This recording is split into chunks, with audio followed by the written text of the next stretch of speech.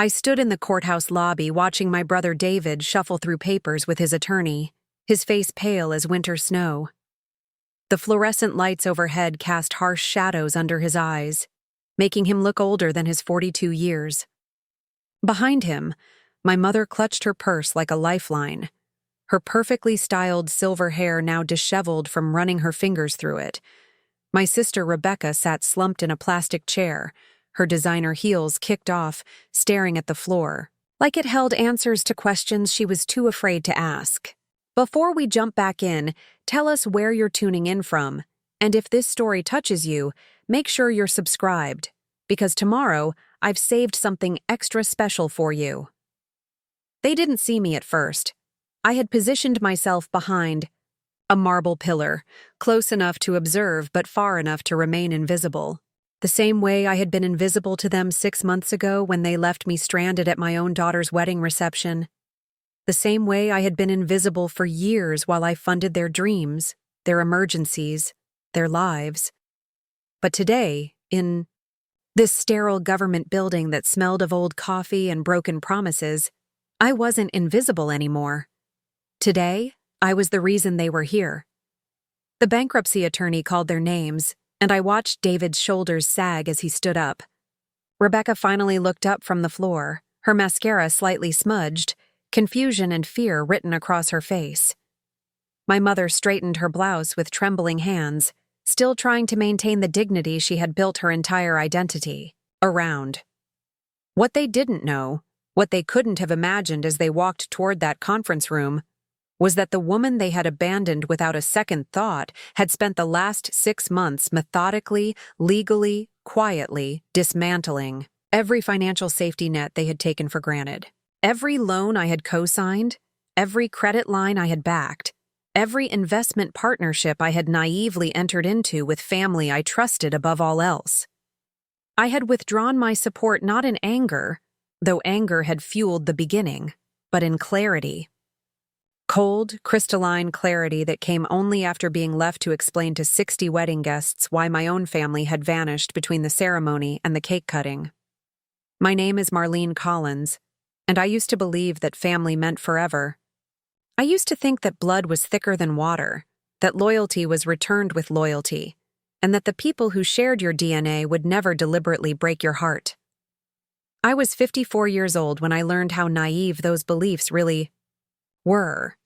For most of my adult life, I had been the family bank, the emergency contact, the solution to everyone else's problems. I was the eldest of 3 children, born to parents who had worked blue-collar jobs their entire lives, but dreamed of something more for their kids. My father died when I was 28, leaving behind a modest life insurance policy and a mountain of medical debt. My mother, Patricia, had never worked outside the home, and suddenly found herself trying to navigate a world she had never prepared for. I stepped in without hesitation. I was working as a commercial real estate agent at the time, having built a successful career from nothing but determination and an ability to see potential where others saw problems. I helped my mother refinance the house, took over managing her finances, and made sure she could maintain the lifestyle she was accustomed to. It felt natural, responsible, loving. I was the eldest daughter, and this was what eldest daughters did. David, my younger brother, had always been the dreamer in the family. He was 5 years younger than me, charming in that easy way that made people want to help him succeed. He had tried his hand at various businesses over the years, each one funded partially by family loans that were never quite repaid. There was the food truck venture that lasted 8 months, the landscaping company that folded after 2 years, and the auto repair shop that never quite turned a profit. Each time, I found myself writing checks to help him get back on his feet, believing that this time would be different, that he just needed the right opportunity to flourish. Rebecca, the baby of the family at 38, had married young and divorced twice. She was beautiful in that effortless way that made everything look easy, even when her life was falling apart. She had 2 children from her first marriage, both now in college, and she worked sporadically as a freelance graphic designer. Rebecca had a talent for finding herself in financial crises that required immediate attention, usually right around the time my quarterly commission checks came in.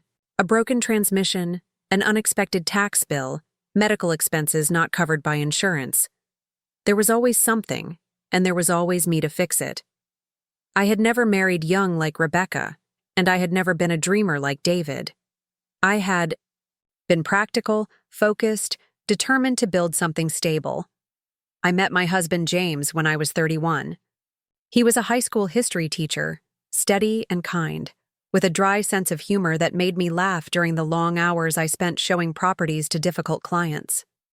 We married after 2 years of dating, and our daughter Sarah was born when I was 34. James understood my commitment to my family, even when it sometimes strained our own finances. He never complained when I wrote another check to David, or when Rebecca showed up at our house in tears over her latest crisis. He would just squeeze my shoulder and remind me that family was important, that we were fortunate to be in a position to help. He was right, of course. We were fortunate. I had built a successful real estate business. James had his teacher's pension and summers off to pursue his passion for woodworking, and we lived comfortably in a 4-bedroom colonial in an established neighborhood with good schools. Sarah grew up knowing her aunts and uncle as people who were always around, always welcome, always part of our family gatherings. She called my mother Grandma Patty and spent countless weekends at her house, learning to bake cookies and playing dress-up in my mother's old jewelry. David taught Sarah how to throw a curveball and took her to baseball games when James was busy with school. Rebecca painted Sarah's nails and took her shopping for school clothes, treating her like the little sister she never had. For years, this felt like what family was supposed to be: interconnected, supportive, there for each other through thick and thin. I was proud of the role I played in keeping everyone stable, everyone connected. When Sarah graduated high school with honors and received a full scholarship to study engineering at the state university, my entire family was there cheering in the bleachers. When David finally opened a successful automotive diagnostic shop, we all celebrated at dinner, toasting his persistence and hard work. When Rebecca met Tom, a divorced father of 2 who seemed to genuinely care about her and her kids, we welcomed him into our fold with open arms. I thought we were solid. I thought we were the kind of family that nothing could shake. The first crack appeared during Sarah's junior year of college. She had been dating a young man named Michael for about a year, and their relationship had grown serious enough that she wanted to bring him home for Christmas. Michael came from a wealthy family in Connecticut. His father was a surgeon, his mother was a federal judge, and he was studying to become a lawyer himself. When Sarah first told me about him, I could hear the nervousness in her voice, the worry that we wouldn't be impressive enough, sophisticated enough, wealthy enough. I assured her that anyone who truly cared about her wouldn't judge her family, and I meant it. But when Michael arrived for Christmas dinner, I began to see our family dynamic through different eyes. David showed up an hour late, having stopped at a bar on the way over to calm his nerves about meeting Sarah's boyfriend. Rebecca arrived in a dress that was too tight and too low cut for a family dinner, immediately monopolizing the conversation with stories about her dramatic breakup and reconciliation with Tom. My mother spent the entire evening asking Michael intrusive questions about his family's money and making comments about how nice it must be to never worry about bills. I watched Sarah's face throughout the evening, saw how she cringed when David made crude jokes, how she apologized with her eyes when Rebecca interrupted Michael's attempts to talk about his studies, how she seemed to shrink into herself as my mother grilled him about his father's medical practice. James tried to steer conversations toward safer topics, but the damage was done. Michael was polite, gracious even, but I could see him filing away details, forming judgments, wondering what kind of family he was potentially marrying into. After they left, Sarah called me in tears. Michael had made comments during the drive back to campus about how different our family was from what he was used to, how dramatic and chaotic dinner had been. Preparing and narrating this story took us a lot of time, so if you are enjoying it, subscribe to our channel. It means a lot to us. Now back to the story. He hadn't been cruel, according to Sarah, just honest. But his honesty had stung her in ways she was still processing. That conversation planted a seed of awareness that I tried to ignore but couldn't quite shake. For the first time, I began to notice patterns I had been blind to for years. How David always seemed to need money right around the time I received large commission checks. How Rebecca's crises always required immediate financial intervention, but never seemed to result in lasting changes to her spending habits or lifestyle choices. How my mother had grown comfortable expecting me to handle any expense that exceeded her monthly Social Security check, from car repairs to medical bills to home maintenance. I began to realize that what I had seen as family loyalty, they had come to see as family obligation. Not their obligation to me, but my obligation to them. I was the responsible one, the successful one, the one who could afford to help. Therefore, helping had become not a choice I made out of love, but a service I provided because it was expected. The realization should have been jarring, but it crept in slowly, like cold water rising around my ankles. I started paying closer attention to conversations, started noticing how quickly discussions turned to money, how often my family members brought up their problems in my presence, how rarely anyone asked about my own struggles or challenges. When Sarah's senior year arrived, she and Michael had remained together despite my family's rocky first impression. They were talking about marriage, about moving to Connecticut after graduation, so Michael could attend law school there. Sarah was excited about the opportunity, but I could sense her anxiety about distance, about leaving the family dynamic she had always known, even if that dynamic was beginning to show its cracks. I wanted her engagement and wedding to be perfect, not because I needed to prove anything to Michael's family, but because Sarah deserved to have her special day be about her and her happiness. I started planning early, setting aside money each month, researching venues and vendors, dreaming of the kind of celebration that would properly honor the remarkable young woman my daughter had become. Sarah had always been independent, academically gifted, and refreshingly free of the drama that seemed to follow the rest of my family. She worked part-time throughout college, earned excellent grades, and managed her own finances responsibly. She was everything I had hoped she would become, proof that the stability James and I had worked to provide had given her the foundation she needed to build her own successful life. When Sarah and Michael announced their engagement during spring break of her senior year, I was overjoyed.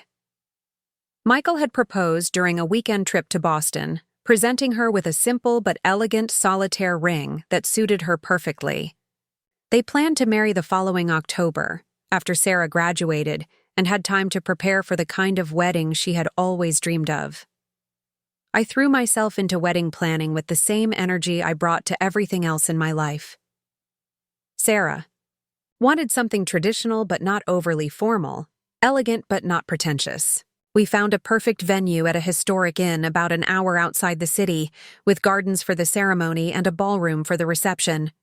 Sarah chose a classic A-line dress with delicate lace sleeves, and we selected flowers that would complement the autumn foliage. Everything was coming together beautifully. But as the wedding date approached, the familiar pattern of family financial crises began to accelerate. David's automotive shop, which had been doing well for several years, suddenly faced a major lawsuit from a customer who claimed faulty diagnostic work had damaged his engine. The legal fees were mounting, and David needed $20,000 to retain a proper attorney. Rebecca's ex-husband had stopped paying child support, leaving her unable to make her mortgage payments just as her youngest was starting his sophomore year of college. My mother's central air conditioning system failed during the hottest August on record, and the replacement cost was well beyond her monthly budget. Each crisis was real, urgent, and heartbreaking. Each one required immediate attention and financial intervention, and each one chipped away at the money I had carefully saved for Sarah's wedding. I didn't tell Sarah about the family financial emergencies. This was her time, her celebration, and I was determined not to let anyone else's problems overshadow her happiness. I quietly moved money from my retirement accounts, took a larger mortgage on the house, and put some expenses on credit cards. I convinced myself it was temporary, that I would recover the funds after the wedding when the real estate market picked up in the spring. But the requests didn't stop. David needed additional legal fees when his case went to mediation. Rebecca's car was repossessed, and she needed help buying a reliable used vehicle to get to work. My mother fell and broke her wrist, resulting in medical bills that exceeded her insurance coverage. By September, just weeks before Sarah's wedding, I had depleted most of my liquid savings and was running credit card balances for the first time in my adult life. James knew some of what was happening, but not the full extent. He trusted me to manage our finances, and I had always been conservative and responsible with money.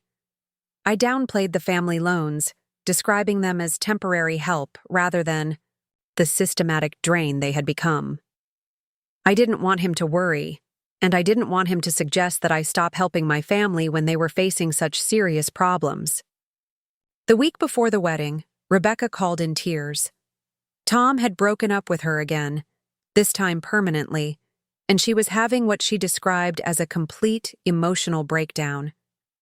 She couldn't imagine attending Sarah's wedding alone, couldn't face the questions from relatives about where Tom was, couldn't bear to pretend everything was fine when her world was falling apart. I listened patiently, offered comfort and reassurance, and promised that everything would be okay.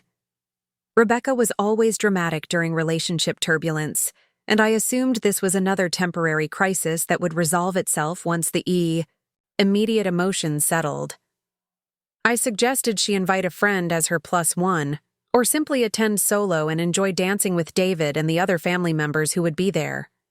But Rebecca had other ideas.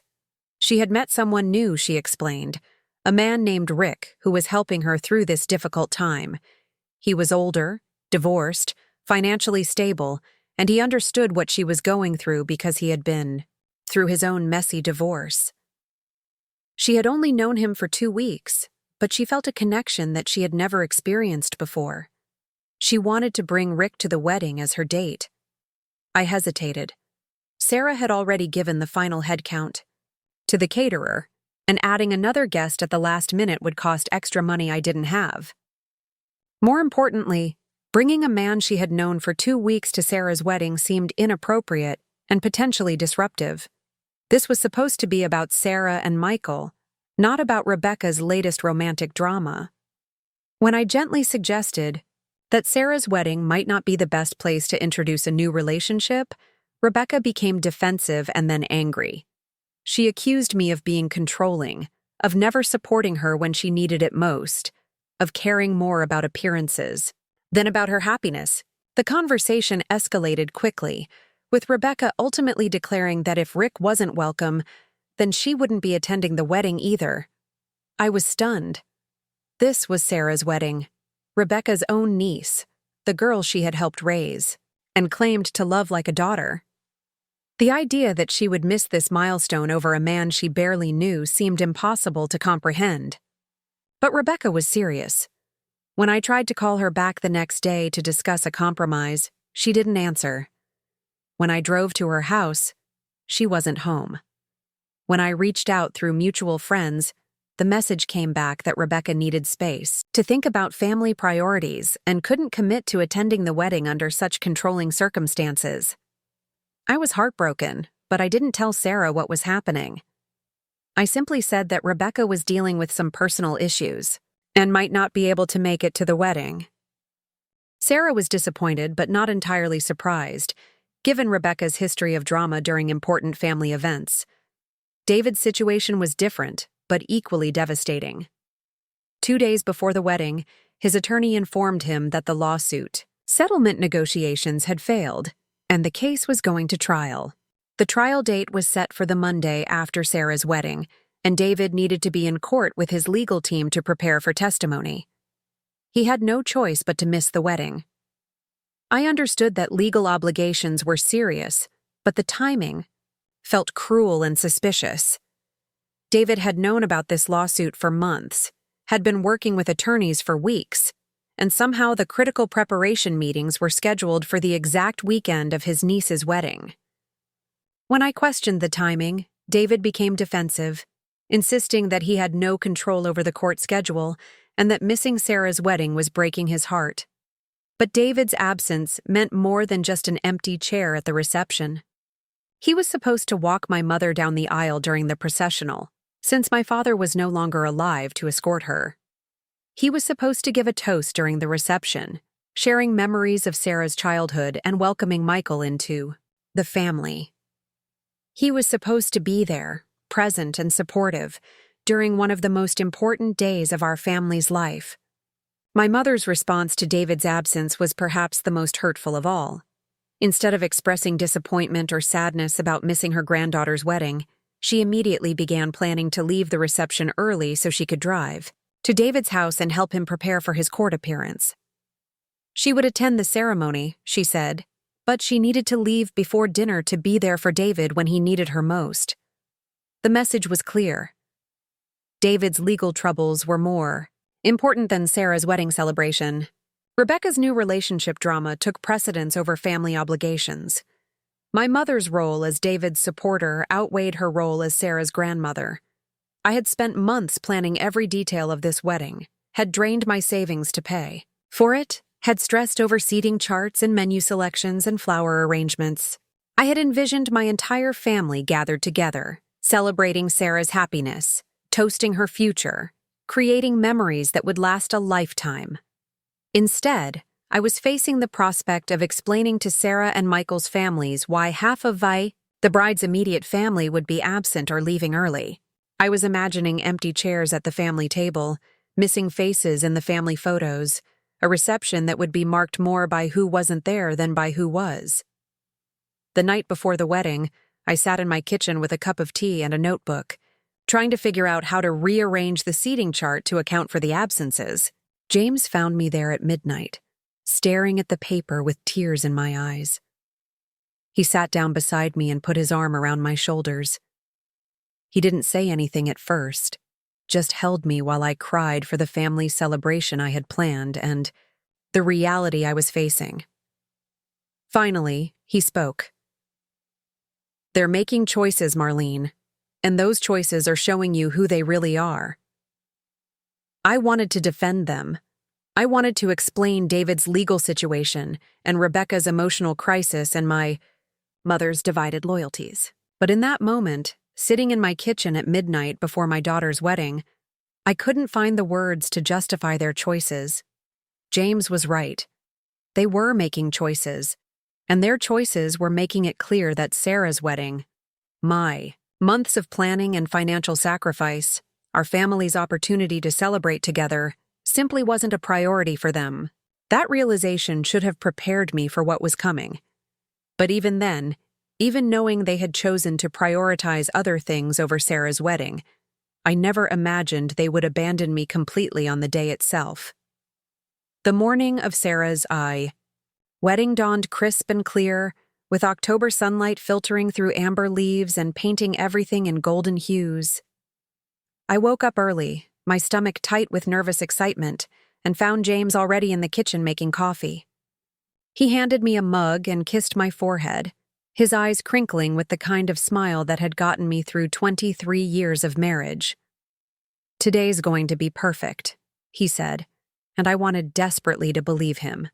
Sarah was staying at the historic inn the night before the wedding, a tradition she had insisted on to make the morning feel special and ceremonial.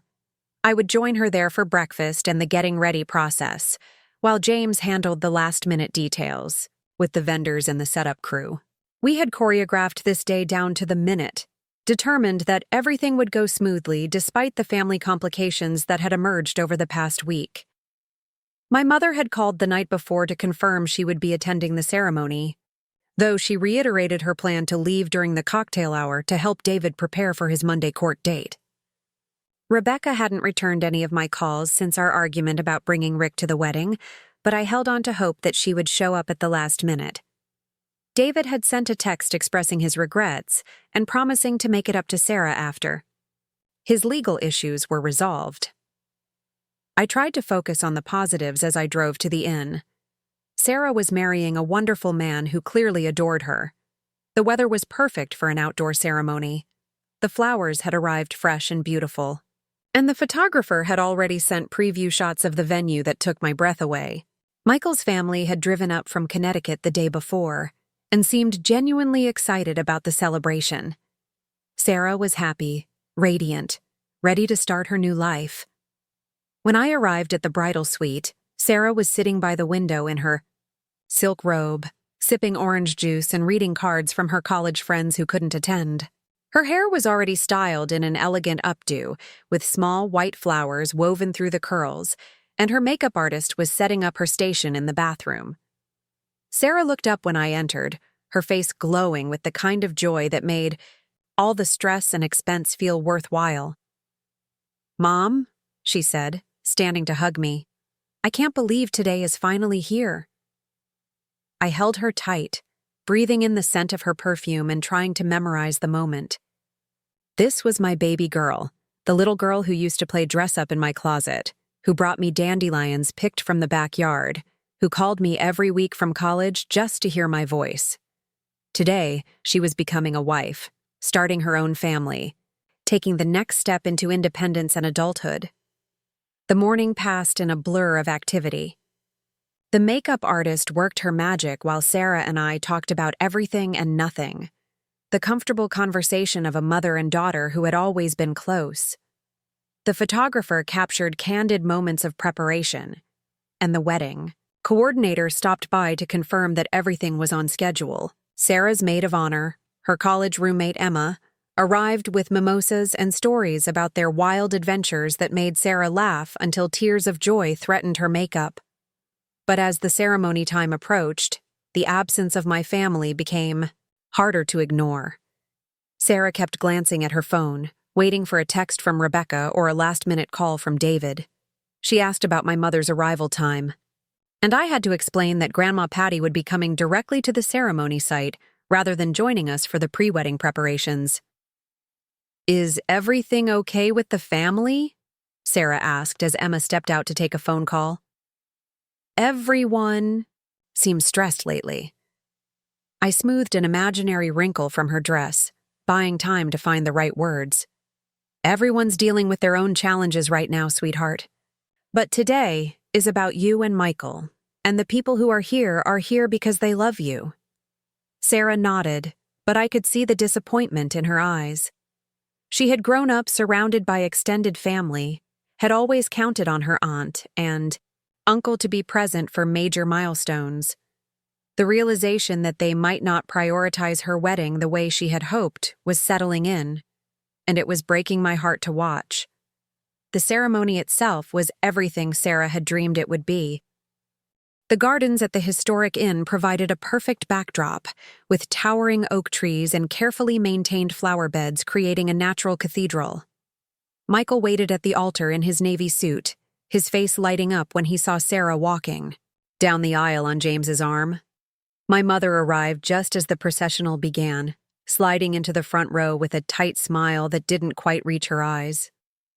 I watched through tears as Sarah and Michael exchanged vows they had written themselves, promising to support each other's dreams, to build a life based on mutual respect and shared values, to face whatever challenges came their way as a team. Their love was evident in every word, every glance, every touch. This was what marriage was supposed to look like, I thought. This was what commitment and partnership really meant. The photographer captured every moment, from Sarah's radiant smile to Michael's emotional reaction when she promised to love him forever. James squeezed my hand during the ring exchange, and I felt overwhelmed with gratitude for the life we had built together, the daughter we had raised, the family we had created through love and intention rather than obligation and expectation. After the ceremony, guests moved to the cocktail area for drinks and appetizers while the wedding party took photos. This was when my mother was supposed to leave, and I watched with growing dread as she approached me during a quiet moment between photo sessions. "Marlene, dear," she said, adjusting her purse strap, "I need to head out now to help David. You understand, don't you?" He's so stressed about Monday, and I promised I'd make him dinner and help him organize his documents. I stared at her, unable to believe what I was hearing. Mom, the reception is just starting. Sarah specifically asked you to stay for dinner and the father-daughter dance. She wants you to meet Michael's grandparents, and we haven't even cut the cake yet. My mother's expression grew defensive. Sarah will understand. David needs me. Right now, and this lawsuit could ruin him financially. Family takes care of family, Marlene. You know that better than anyone. The irony of her words hit me like a physical blow. Family takes care of family. I had been taking care of this family financially for over 20 years, had emptied my savings to pay for this wedding, while simultaneously funding David's legal defense and Rebecca's latest crisis. But when Sarah needed her family to simply show up and celebrate with her, suddenly other priorities took precedence. Please don't leave, I said quietly. Sarah has been looking forward to this day her entire life. She wants her grandmother here for the whole celebration. My mother's face softened slightly, but her resolve didn't waver. I'll call her tomorrow and explain. She's a smart girl. She'll understand that sometimes adults have to make difficult choices. I watched her gather her things and approach Sarah, who was posing with Michael and his family near the gazebo. I saw Sarah's face fall when my mother explained she had to leave early, saw her nod politely while her eyes filled with confusion and hurt. My mother hugged Sarah briefly, made small talk with Michael's parents about what a lovely ceremony it had been, and then disappeared toward the parking lot without looking back. The cocktail hour continued around me, but I felt like I was watching it from underwater. Michael's family mingled gracefully with our remaining guests. James charmed everyone with stories about Sarah's childhood, and Sarah herself handled her grandmother's early departure with the grace she had always shown in difficult situations. But I could see the disappointment in her posture, the way she kept scanning the crowd as if expecting Rebecca or David to appear at any moment. When the wedding coordinator announced that dinner was ready, I realized with growing panic that the family table was going to look devastatingly empty. I had planned for 8 people: Sarah and Michael, James and me, my mother, David, Rebecca, and Rebecca's +1. Now there would be 4 of us, surrounded by empty chairs that would serve as a visible reminder of who had chosen not to be there. I quickly asked the coordinator to remove the extra place settings and shift some of Michael's cousins to our table to fill the empty spaces. It was a practical solution, but it felt like erasing my family from Sarah's wedding, acknowledging that they simply didn't matter enough to show up. During dinner, Michael's father gave a beautiful toast about love, commitment, and the importance of family support in a marriage. He spoke about how impressed he and his wife were with Sarah's character and accomplishments, and how welcome Sarah was in their family. James followed with his own toast, talking about watching Sarah grow from a curious little girl into a confident young woman, and expressing his confidence that she and Michael would build a wonderful life together. Then came the moment I had been dreading. The coordinator approached our table and quietly asked if anyone from the bride's extended family would be giving a toast. Traditionally, this would have been David's role, as Sarah's uncle and the only brother I had. He had given speeches at family gatherings for years, always managing to find the perfect balance of humor and sentimentality that left everyone laughing and crying at the same time. I felt all eyes at the table turning toward me, waiting for an explanation or an alternative. Sarah looked at me with a mixture of hope and resignation, as if she had already accepted that this was another tradition that wouldn't happen at her wedding. Without thinking, I stood up and asked for the microphone.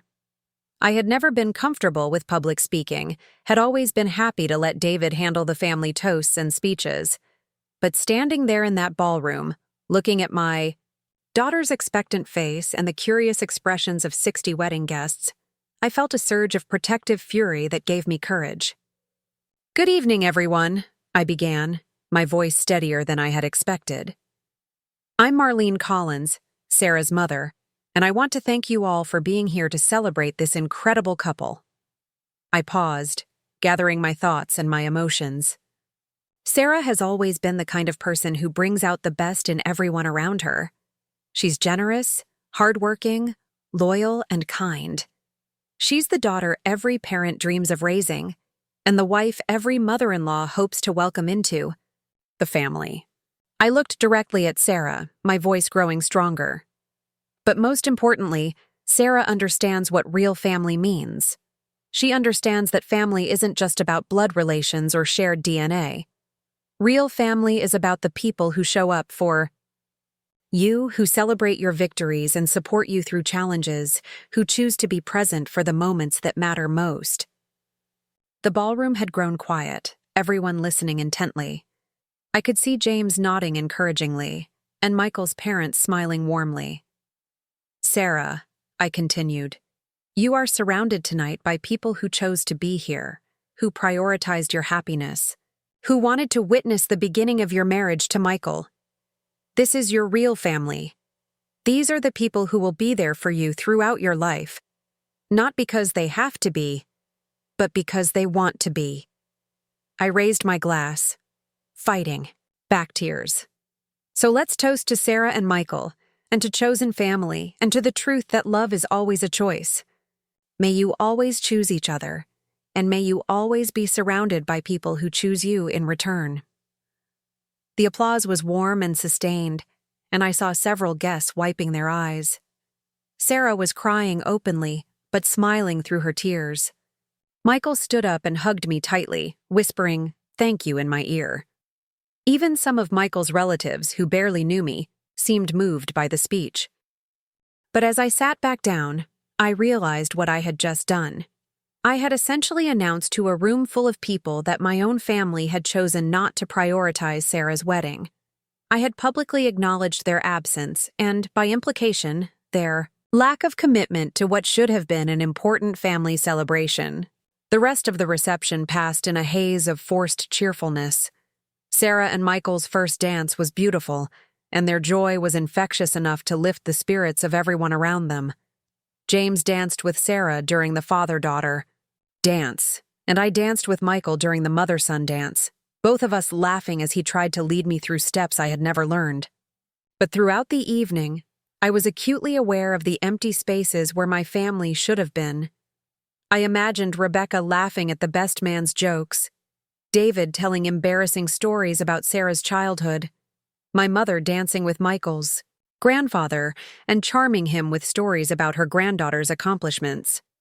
Instead, I found myself explaining their absences over and over again to curious guests. David was dealing with a legal matter. Rebecca was going through a difficult time. My mother had another family obligation.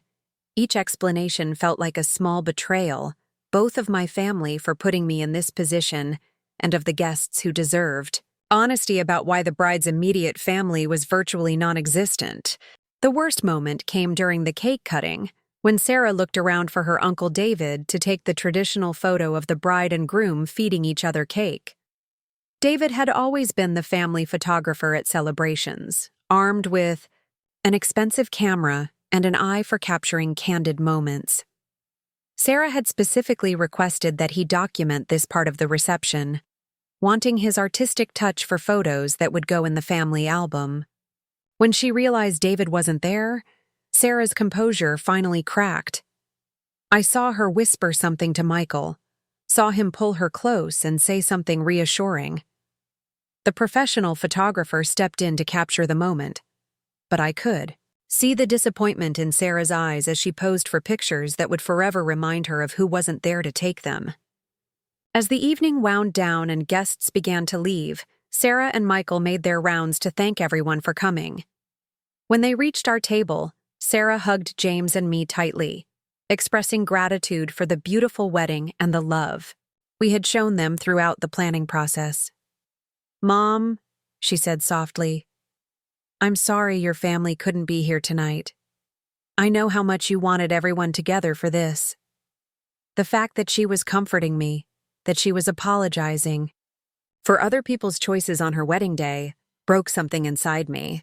This remarkable young woman, who should have been focused entirely on her own happiness, was worried about my feelings and my disappointment. "Don't you apologize for anything," I said firmly. "This wedding was perfect because you were perfect, and everyone who needed to be here was here." But as I watched Sarah and Michael drive away in their decorated car, heading to a nearby hotel for their wedding night before leaving for their honeymoon in Italy, I felt a profound sense of loss that had nothing to do with my daughter's transition to married life. I had spent 6 months planning this celebration, had depleted my savings to pay for it, had stressed over every detail to ensure that Sarah would have the wedding of her dreams.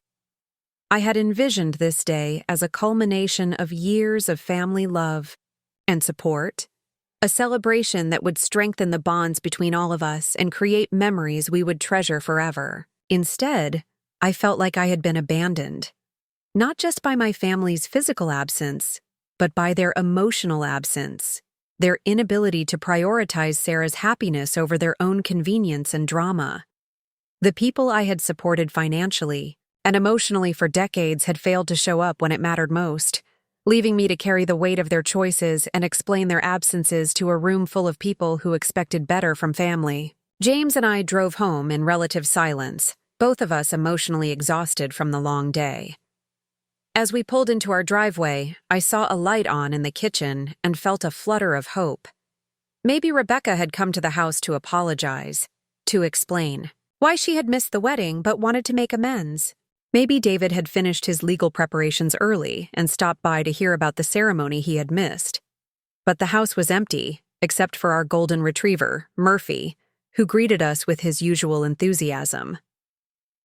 The light I had seen was just the automatic timer we used when we were away from home, designed to make the house look occupied and welcoming.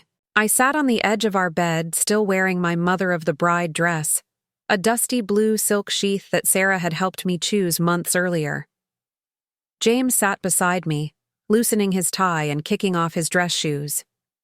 "It was a beautiful wedding," he said finally.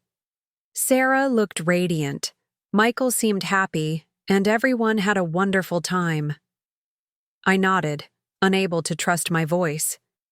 "But I'm angry," James continued, his voice quiet but intense. "I'm angry at your mother for leaving early. I'm angry at David for missing his niece's wedding for something that could have been rescheduled. And I'm furious at Rebecca for choosing some guy she barely knows over Sarah." The permission to feel angry, coming from James who rarely criticized anyone, opened the floodgates. I started crying then, not the gentle tears of wedding emotion, but the deep, wrenching sobs of betrayal and disappointment. "I've given them everything," I said, through my tears. "I've bailed them out financially dozens of times.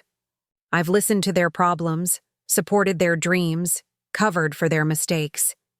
And when I needed them to simply show up for one day, for Sarah's wedding day, they couldn't be bothered." James held me while I cried, not trying to offer solutions or explanations, just letting me feel the full weight of what had happened. "They took your money," he said eventually, "and then they took your daughter's day. And they're going to act like neither of those things matters." He was right, of course. I knew with certainty that my family would expect life to return to normal after this. They would call when they needed money again, would expect me to be available for their next crisis, would assume that my loyalty and support were unconditional regardless of how they treated me or my immediate family. But something had shifted during Sarah's wedding day. Watching my daughter handle their abandonment with grace while I made excuses for their choices had crystallized something I had been trying to ignore for months. My family's financial emergencies weren't emergencies at all. They were patterns. Their inability to prioritize Sarah's wedding wasn't about conflicting obligations. It was about taking my support for granted while offering nothing meaningful in return. I had been funding their lives while they failed to show up for mine. That night, I lay awake long after James had fallen asleep, staring at the ceiling and thinking about the wedding that could have been, versus the reality of what had actually happened.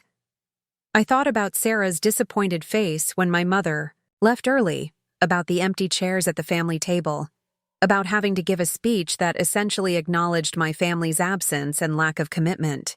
I thought about the tens of thousands of dollars I had spent on this wedding. Money that had come from my retirement accounts and credit cards because my savings had been depleted by family loans that were never repaid. I thought about David's legal fees, Rebecca's mortgage payments, my mother's home repairs, and all the other financial assistance I had provided over the years. Most of all, I thought about the pattern that had become clear during the wedding planning process. My family took my support for granted while offering excuses for why they couldn't reciprocate when I needed them. They expected me to be available for their emergencies while treating my important moments as optional. The next morning, I woke up with a clarity I hadn't felt in years. James was already downstairs making coffee, and I could hear him talking to Murphy in the gentle tone he used with both our dog and his most challenging students. I joined him in the kitchen, still wearing my robe but feeling more awake and alert than I had in months. "I'm done," I said without preamble. James looked up from the newspaper he was reading. "Done with what?" "Done being the family bank. Done making excuses for people who don't show up. Done funding other people's lives while they can't be bothered to celebrate mine." James studied my face carefully, as if trying to determine whether this was grief, talking, or genuine resolve. "What does that mean, practically speaking?" he asked. I sat down across from him, accepting the cup of coffee he handed me. "It means no more loans, no more bailouts, no more emergency funds for people who can't manage to attend their niece's wedding." James nodded slowly. "What about the money they already owe you?" I had been thinking about that question all night. David owed me approximately $35,000 in accumulated loans for his various business ventures and legal fees. Rebecca owed nearly $20,000 for her mortgage payments, car repairs, and children's college expenses. My mother owed about $8,000 for home maintenance and medical bills that had exceeded her insurance coverage. None of these loans had ever been formalized with paperwork or payment schedules. They had been family transactions based on trust and love and the assumption that we were all working together to support each other through difficult times. "I'm going to find out what legal recourse I have," I said, "and I'm going to start by pulling my name off anything I've co-signed for them." James reached across the table and took my hand. "Are you sure about this? Once you start down this road, there's no going back to the way things were." I thought about Sarah's face when my mother left her wedding early, about the empty chairs at our family table, about 20 years of being taken for granted by people who claimed to love me. "The way things were wasn't working," I said. "At least not for me." That afternoon, while James worked in his wood shop and I had the house to myself, I began making a list. Not a grocery list or a to-do list, but an accounting of exactly how much money I had given to my family members over the past 5 years, and what financial obligations I was still responsible for on their behalf. The numbers were staggering. Even limiting myself to just the past 5 years, I had provided over $80,000 in direct loans, plus co-signed for David's business equipment lease, Rebecca's car loan, and my mother's medical payment plan. I was financially liable for their debts while having no legal recourse to collect the money they owed me. I had funded their lives while they failed to fund their commitment to mine. The realization should have made me angrier, but instead, it made me focused. I wasn't interested in revenge or dramatic confrontations. I was interested in protecting myself and my immediate family from further financial and emotional damage. I spent the rest of the afternoon researching legal options for debt collection and cosigner release procedures. I learned that I could formally demand repayment of personal loans and that I could petition to be removed from co-signed obligations under certain circumstances. I also learned that bankruptcy proceedings could affect co-signers in ways I had never considered. That evening, I called Sarah and Michael at their hotel to see how they were enjoying their first day as a married couple. Sarah sounded happy and relaxed, already referring to Michael as my husband with obvious delight. They were excited about their flight to Italy the next morning, and grateful for the wedding contributions that had made their honeymoon possible. I didn't mention my family's behavior or my growing anger about their absence. This was Sarah's time to be happy, to start her marriage without the burden of extended family drama. But I did ask her one question that had been weighing on my mind. "Sarah," I said, "how do you feel about the wedding? Was it what you wanted it to be?" There was a pause, and I could hear Michael saying something in the background. "Mom," Sarah said finally, "the wedding was beautiful.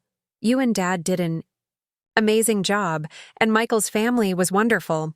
I just wish—" She trailed off.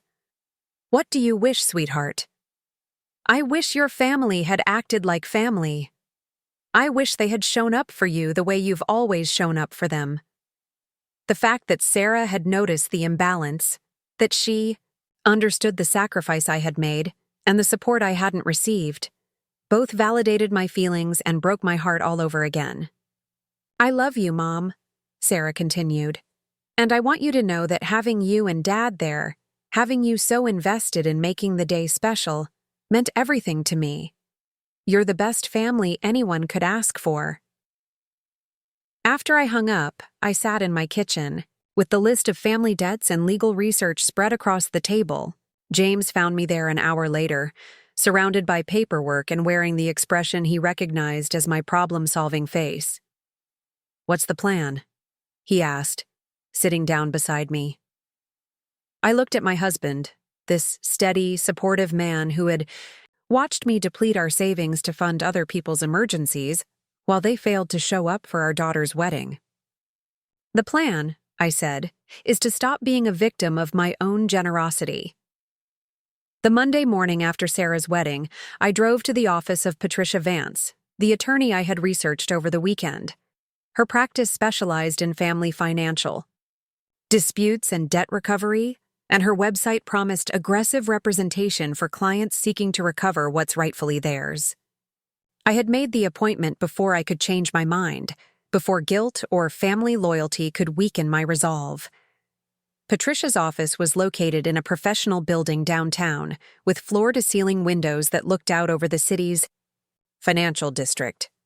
She was a woman in her early 50s, with silver-streaked hair pulled back in a neat bun, and the kind of direct gaze that suggested she had seen every type of family financial drama imaginable. "Tell me about your situation," she said after I had settled into the chair across from her polished desk.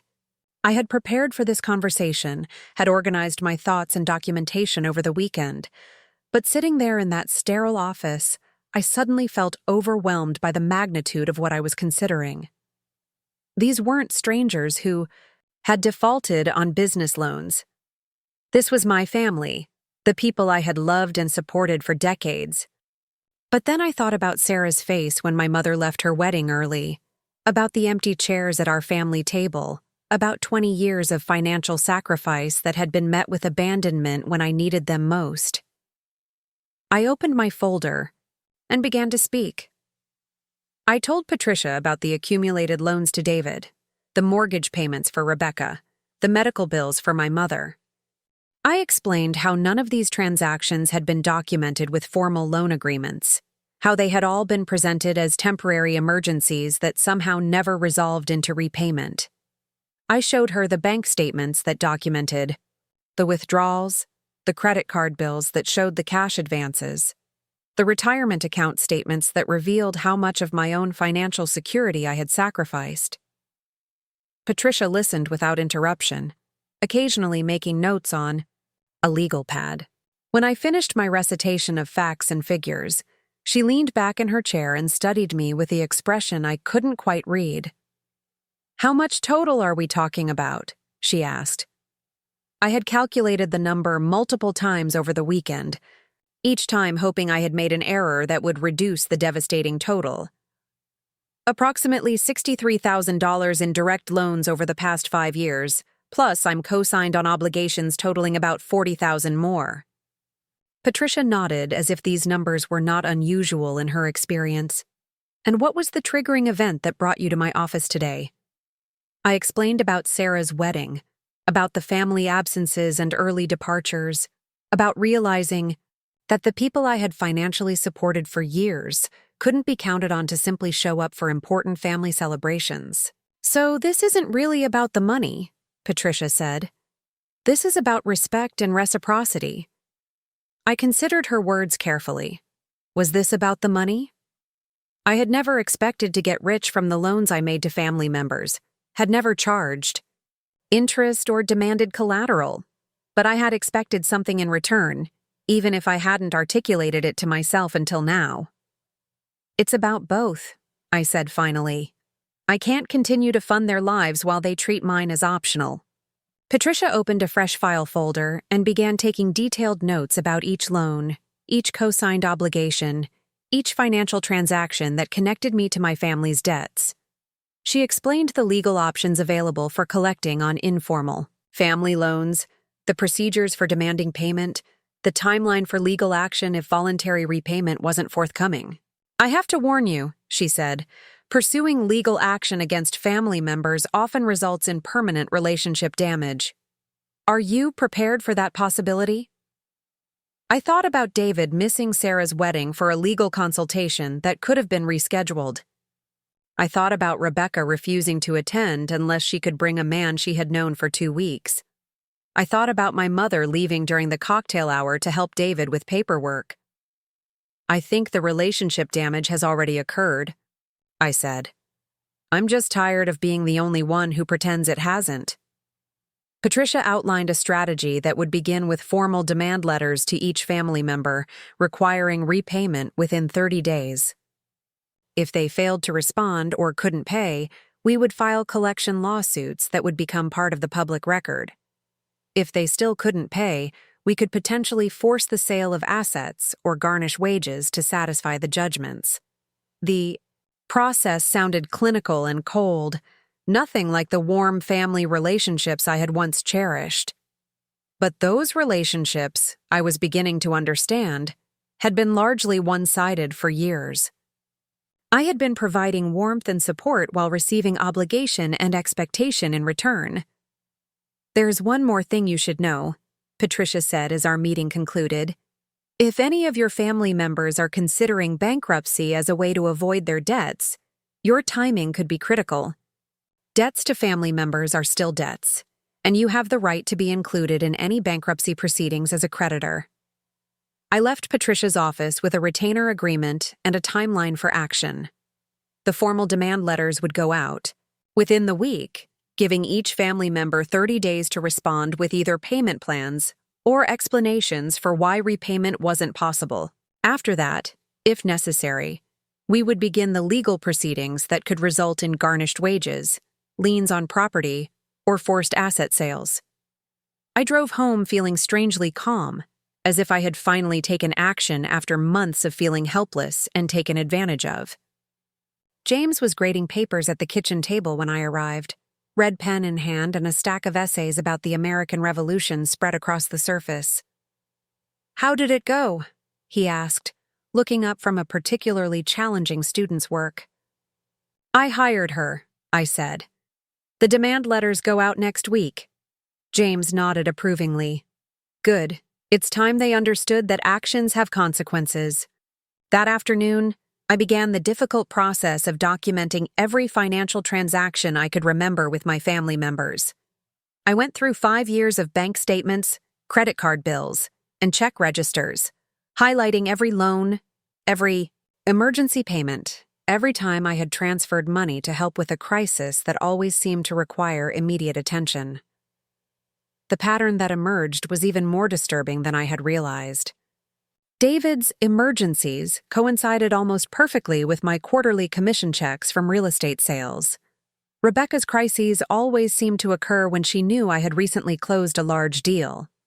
My mother's home maintenance issues invariably surfaced right after I mentioned having extra money or taking on a particularly lucrative client. They had been monitoring my income and timing their requests accordingly. What I had interpreted as coincidental bad luck was actually strategic, financial dependence. The realization made me feel sick. These weren't family members struggling with genuine emergencies who happened to need help when I was able to provide it. These were people who had learned to view my success as their safety net, my financial stability as their backup plan. I had been supporting their lifestyle choices rather than helping them through temporary difficulties. That evening, Rebecca called. It was the first time I had heard from her since our argument about bringing Rick to the wedding, and my stomach clenched when I saw her name on the caller ID. "Marlene," she said when I answered, her voice artificially bright. "I wanted to call and apologize for missing Sarah's wedding. I know you must have been disappointed, and I feel terrible about the whole situation." I waited for her to continue, curious to see how she would explain her absence and what she would request. "The thing is," Rebecca went on, "Rick and I have gotten really serious really quickly, and he proposed to me yesterday. Can you believe it? I'm engaged again." I sat down heavily in the kitchen chair, trying to process what I was hearing. Rebecca was calling to tell me that the man she had known for 3 weeks, the man she had wanted to bring to Sarah's wedding as her date, had proposed marriage. "That's quite fast," I said carefully. "I know it seems sudden, but when you know, right? And Rick is so different from my other relationships. He's stable, financially secure, and he really understands me." I waited for the request that I knew was coming.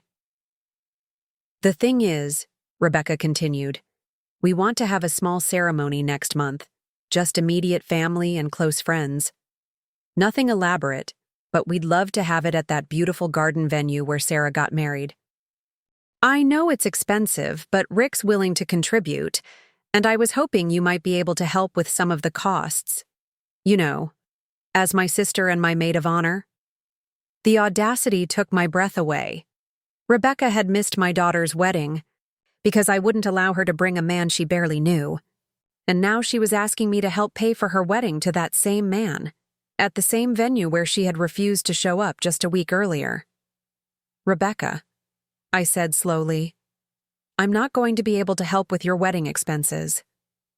There was a pause, as if she hadn't considered the possibility that I might say no. "What do you mean?" she asked. "Is this about Sarah's wedding?"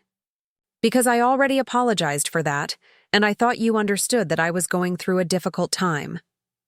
"This isn't about understanding," I said.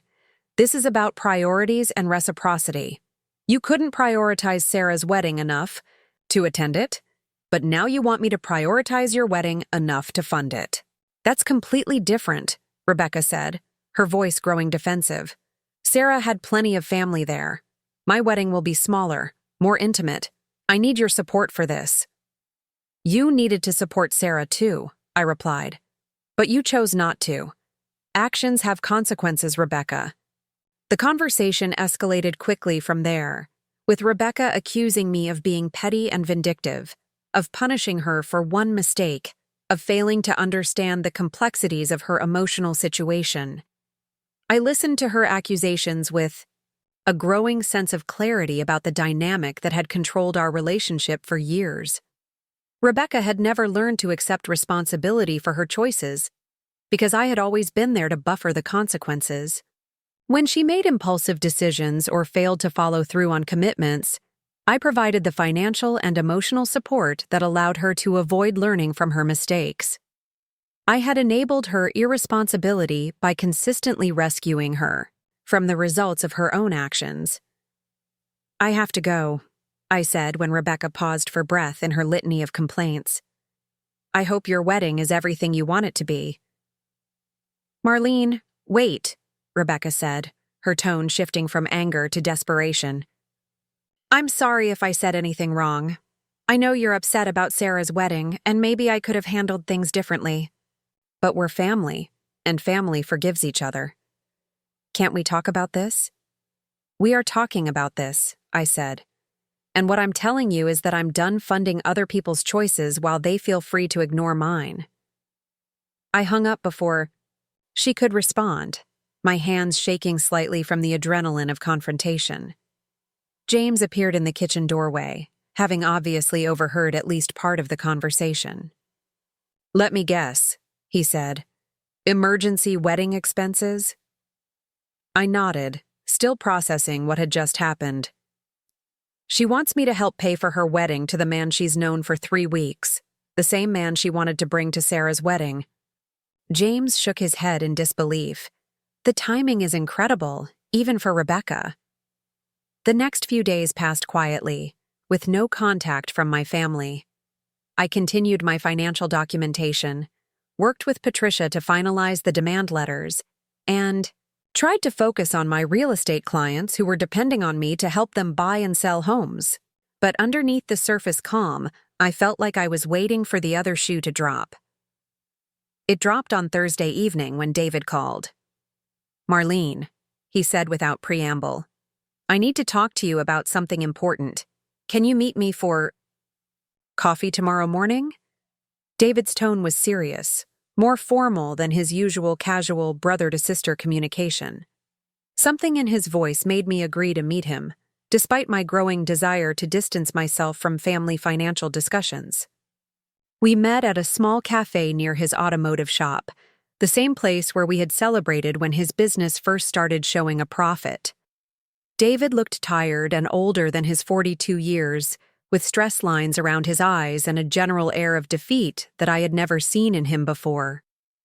"The lawsuit didn't go well," he said after we had ordered coffee and found a quiet table in the back corner.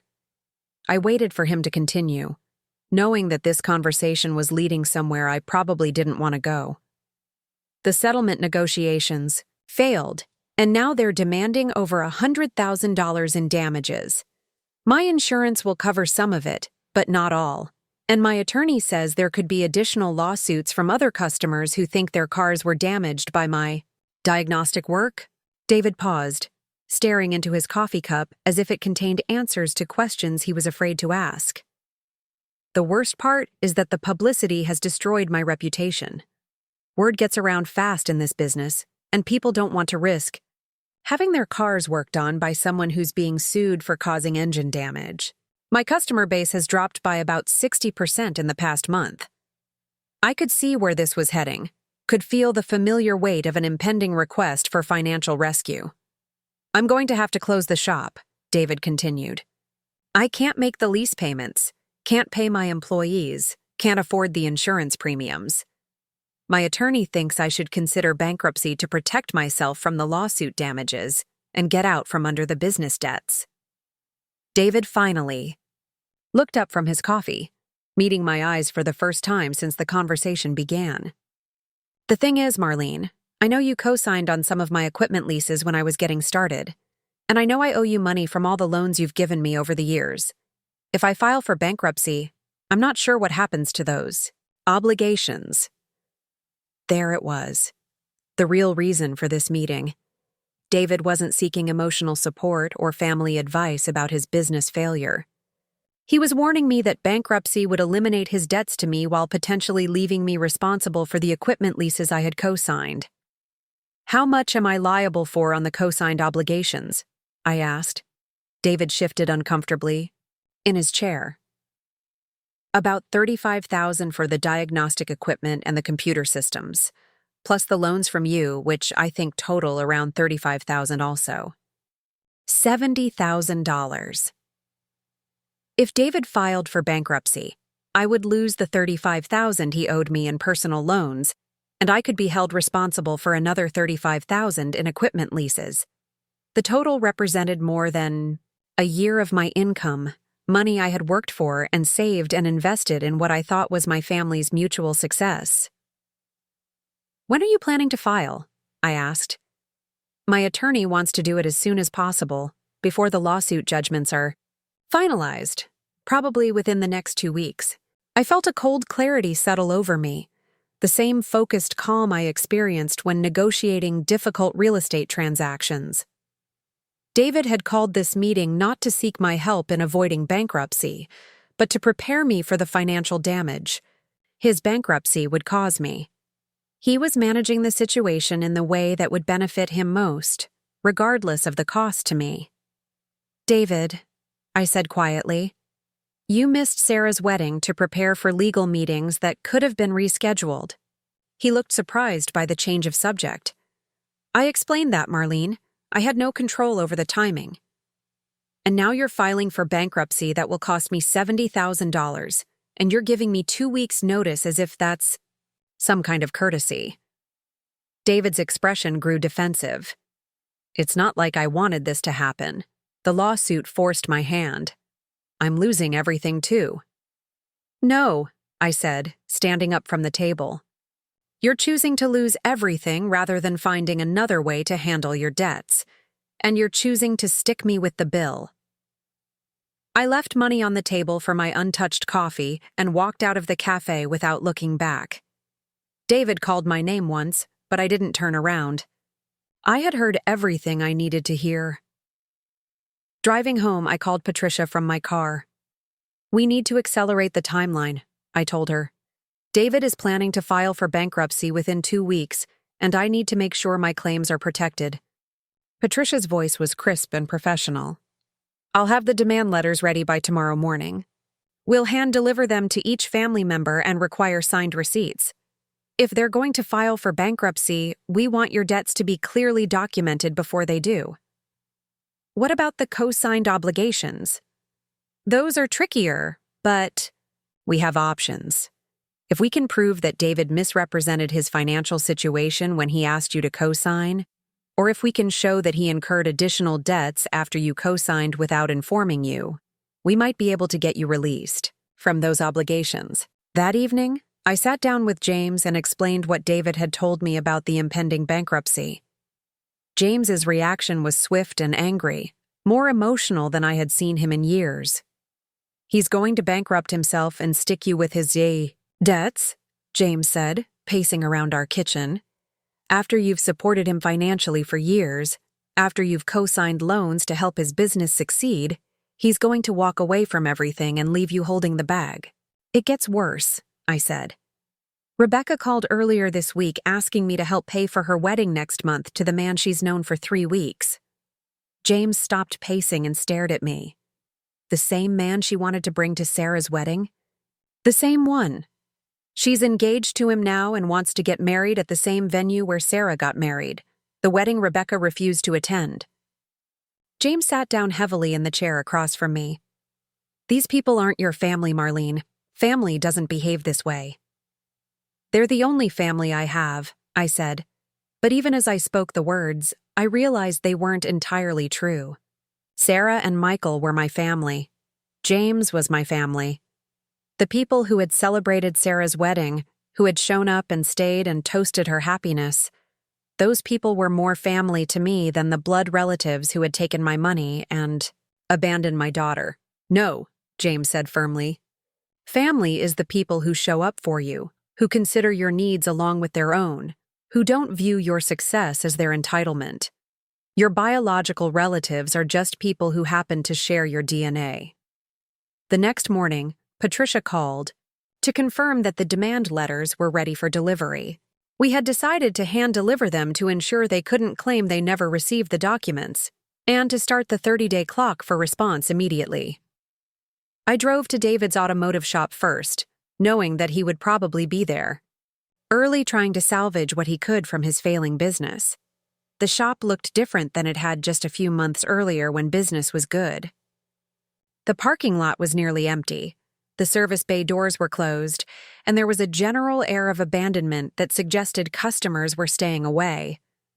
David was in his office, surrounded by boxes and paperwork, when I walked in. He looked up hopefully when he heard the door, as if expecting a customer, then his face fell when he saw me. "Marlene," he said, "I'm glad you came by. I wanted to talk more about our conversation yesterday." I handed him the sealed envelope containing the demand letter. "This is a formal request for repayment of the loans I've made to you over the past 5 years, totaling $35,000. You have 30 days to respond with either payment or a proposed payment plan." David opened the envelope and scanned the official letterhead and legal language. His face went pale as he read the detailed accounting of loans and the explicit demand for repayment. "Marlene, you can't be serious about this. We're family." "Family shows up for each other," I said. "Family doesn't miss weddings for convenience and then stick each other with bankruptcy debts." I didn't have a choice about the wedding, David said. And I don't have a choice about the bankruptcy. You know I'd pay you back if I could. You had choices, I replied. You chose not to reschedule your legal meetings. You chose not to attend Sarah's wedding. And you're choosing bankruptcy over finding other ways to handle your debts. I turned to leave, then paused at the door. You have 30 days to respond to the demand letter. After that, this becomes a legal matter. Rebecca was next. She lived in a small townhouse in a development that had been built during the real estate boom, all beige siding and postage stamp yards that looked identical from a distance. Her car wasn't in the driveway, but I could see lights on inside, so I knocked on the front door. Rebecca answered wearing yoga pants and an oversized sweater, her hair pulled back in a messy ponytail. She looked surprised to see me, then pleased, as if my presence might signal that I had reconsidered helping with her wedding expenses. "Marlene," she said, opening the door wide. "Come in. I'm so glad you're here. I was hoping we could talk about our conversation the other day." I stepped inside, but remained standing in the entryway.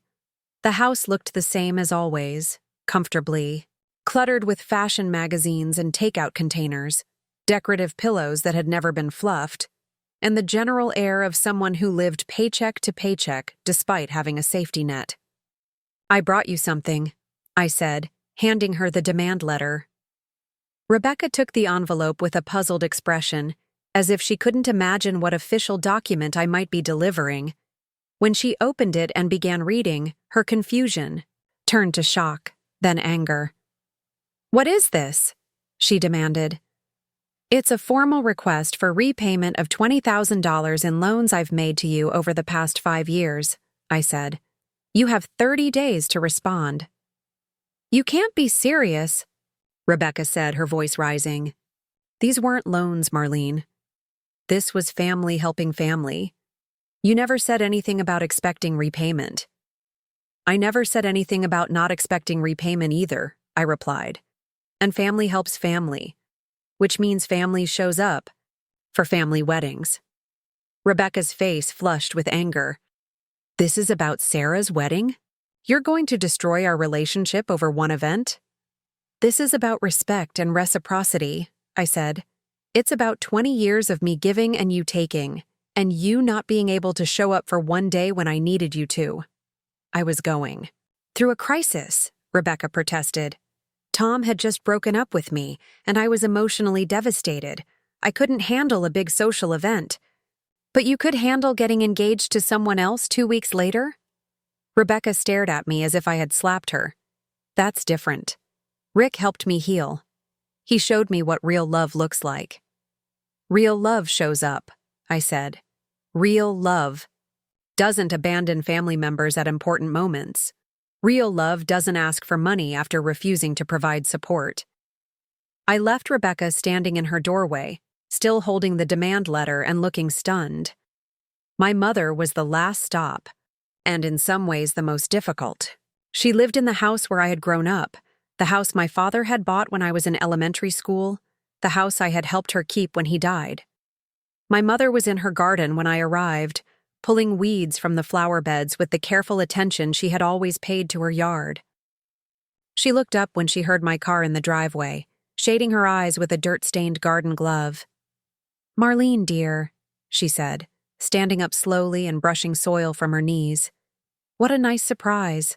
I was just thinking about Sarah's wedding. Such a beautiful ceremony." I felt a familiar pang of guilt as I approached her. My mother was 78 years old, a widow living on Social Security, and she had always tried her best with the resources available to her. But she had also chosen to leave Sarah's wedding early to help David, and she was part of the family pattern that had taken my support for granted while offering little in return. "I need to give you something," I said, handing her the envelope. My mother wiped her hands on her gardening apron before taking the letter. She opened it carefully, reading with the slow concentration of someone who wasn't used to legal documents. "I don't understand," she said finally. "This says I owe you $8,000 for medical bills and home repairs over the past 5 years, I explained. Money I've paid when your expenses exceeded your monthly income. But those weren't loans, dear, my mother said, looking confused and hurt. That was you helping your mother when she needed it. It was help that I was happy to provide, I said. But help works both ways. When I needed you to stay at Sarah's wedding reception, to be there for your granddaughter's celebration, you chose to leave early to help David instead. My mother's face crumpled slightly.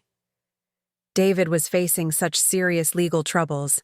I thought you would understand that he needed me more than a party did. It wasn't a party, I said quietly. It was your granddaughter's wedding reception. It was the most important day of her life, and she wanted her grandmother there to celebrate with her. I attended the ceremony, my mother protested weakly, and then you left to help the son who's about to file for bankruptcy and stick me with his debts, I said. You have 30 days to respond to this letter. After that, I'll be forced to take legal action to recover the money. I walked back to my car while my mother stood in her garden, still holding the demand letter and looking older and more fragile than I had ever seen her. Part of me wanted to turn around, to take back the letter and pretend this conversation had never happened. But the larger part of me, the part that had been building strength since Sarah's wedding, knew that I had to follow through. They had made their choices. Now they would have to live with the consequences. That afternoon, I received 3 phone calls within an hour of each other. David called first, angry and accusatory, demanding to know how I could treat family like business associates. Rebecca called next, crying and begging me to reconsider, promising that she would find a way to attend future family events if I would just forgive the debt and help with her wedding. My mother called last, confused and hurt, asking if I really intended to take legal action against my own mother over money. I let all 3 calls go to voicemail. I wasn't ready to have the same conversation 3 times, to listen to the same excuses and justifications I had been hearing for years. They had 30 days to respond to the demand letters with payment plans or explanations. Until then, there was nothing more to discuss. That evening, James and I sat on our back porch, with glasses of wine, watching the sunset paint the sky in shades of orange and pink. It was the first peaceful moment I had experienced since Sarah's wedding. The first time I had felt like I could breathe without the weight of family obligation pressing down on my chest. "How do you feel?" James asked. I considered the question carefully. How did I feel? Guilty, certainly. Sad about the relationships that might be permanently damaged. Angry about the years of financial exploitation disguised as family loyalty. But underneath all of those emotions, I felt something I hadn't experienced in years. Free, I said finally. I feel free. The 30-day deadline came and went with deafening silence. Not one of my family members responded to the demand letters, not with payment plans, not with explanations, not even with angry refusals. They simply ignored the legal documents as if pretending they didn't exist would make the debts disappear. Patricia called me on the 31st day to confirm that we had received no responses and to outline our next steps. Her voice carried the professional satisfaction of an attorney who had predicted exactly this outcome. "They're gambling that you'll back down rather than actually take legal action against family members," she explained. "It's a common strategy among people who have been enabled for years. They assume your love will override your legal rights." I was sitting in my home office, surrounded by the financial documents that told the story of 20 years of family exploitation. Bank statements showing tens of thousands in transfers to David's various business ventures. Credit card bills documenting cash advances to cover Rebecca's emergencies. Investment account withdrawals to pay for my mother's medical expenses and home repairs. "What happens now?" I asked. "Now we file lawsuits against all 3 of them," Patricia said matter-of-factly. "Once the judgments are entered, we can begin collection proceedings. Wage garnishment, asset seizure, property liens. We make their financial irresponsibility a legal problem instead of a family problem." The thought of my family members being served with lawsuit papers, of their wages being garnished, of liens being placed on their property should have filled me with guilt. Instead, I felt a cold determination that surprised me with its intensity. "Do it," I said. Within a week, David, Rebecca, and my mother had all been served with lawsuit papers. The legal documents were delivered by a professional process server who ensured that each defendant signed for receipt, eliminating any possibility that they could claim ignorance of the proceedings. The first response came from Rebecca, who called me crying hysterically the day after she was served. "Marlene, how could you do this to me?" She sobbed into the phone. "I'm being sued by my own sister. Do you have any idea how humiliating this is?" I had steeled myself for this conversation, knowing that Rebecca would try to manipulate me through emotional appeals and guilt. "You had 30 days to respond to the demand letter," I said calmly. "You chose to ignore it." "I thought you were just angry about the wedding," Rebecca said. "I didn't think you were serious about actually suing me. We're family, Marlene." "Family doesn't sue family." "Family doesn't abandon family at weddings either," I replied. "And family doesn't ignore legal demands for repayment of debts." Rebecca's tears turned to anger with the swift emotional pivot I had witnessed countless times over the years. "You're destroying our relationship over money. Is that really what you want? To lose your sister forever because you can't forgive a debt?" "I'm not trying to destroy anything," I said. "I'm trying to collect money you legitimately owe me. If our relationship can't survive you paying back what you borrowed, then maybe it wasn't as strong as I thought." "I don't have $20,000, Rebecca protested. "You know I don't have that kind of money. I'm living paycheck to paycheck." "Then you'll need to work out a payment plan or face the legal consequences," I said. "Those are your choices." Rebecca hung up on me, but not before informing me that Rick had been having second thoughts about their engagement since learning about the lawsuit. Apparently, her new fiancé was reconsidering whether he wanted to marry someone who was being sued by her own family for unpaid debts. David's response was more measured, but equally predictable.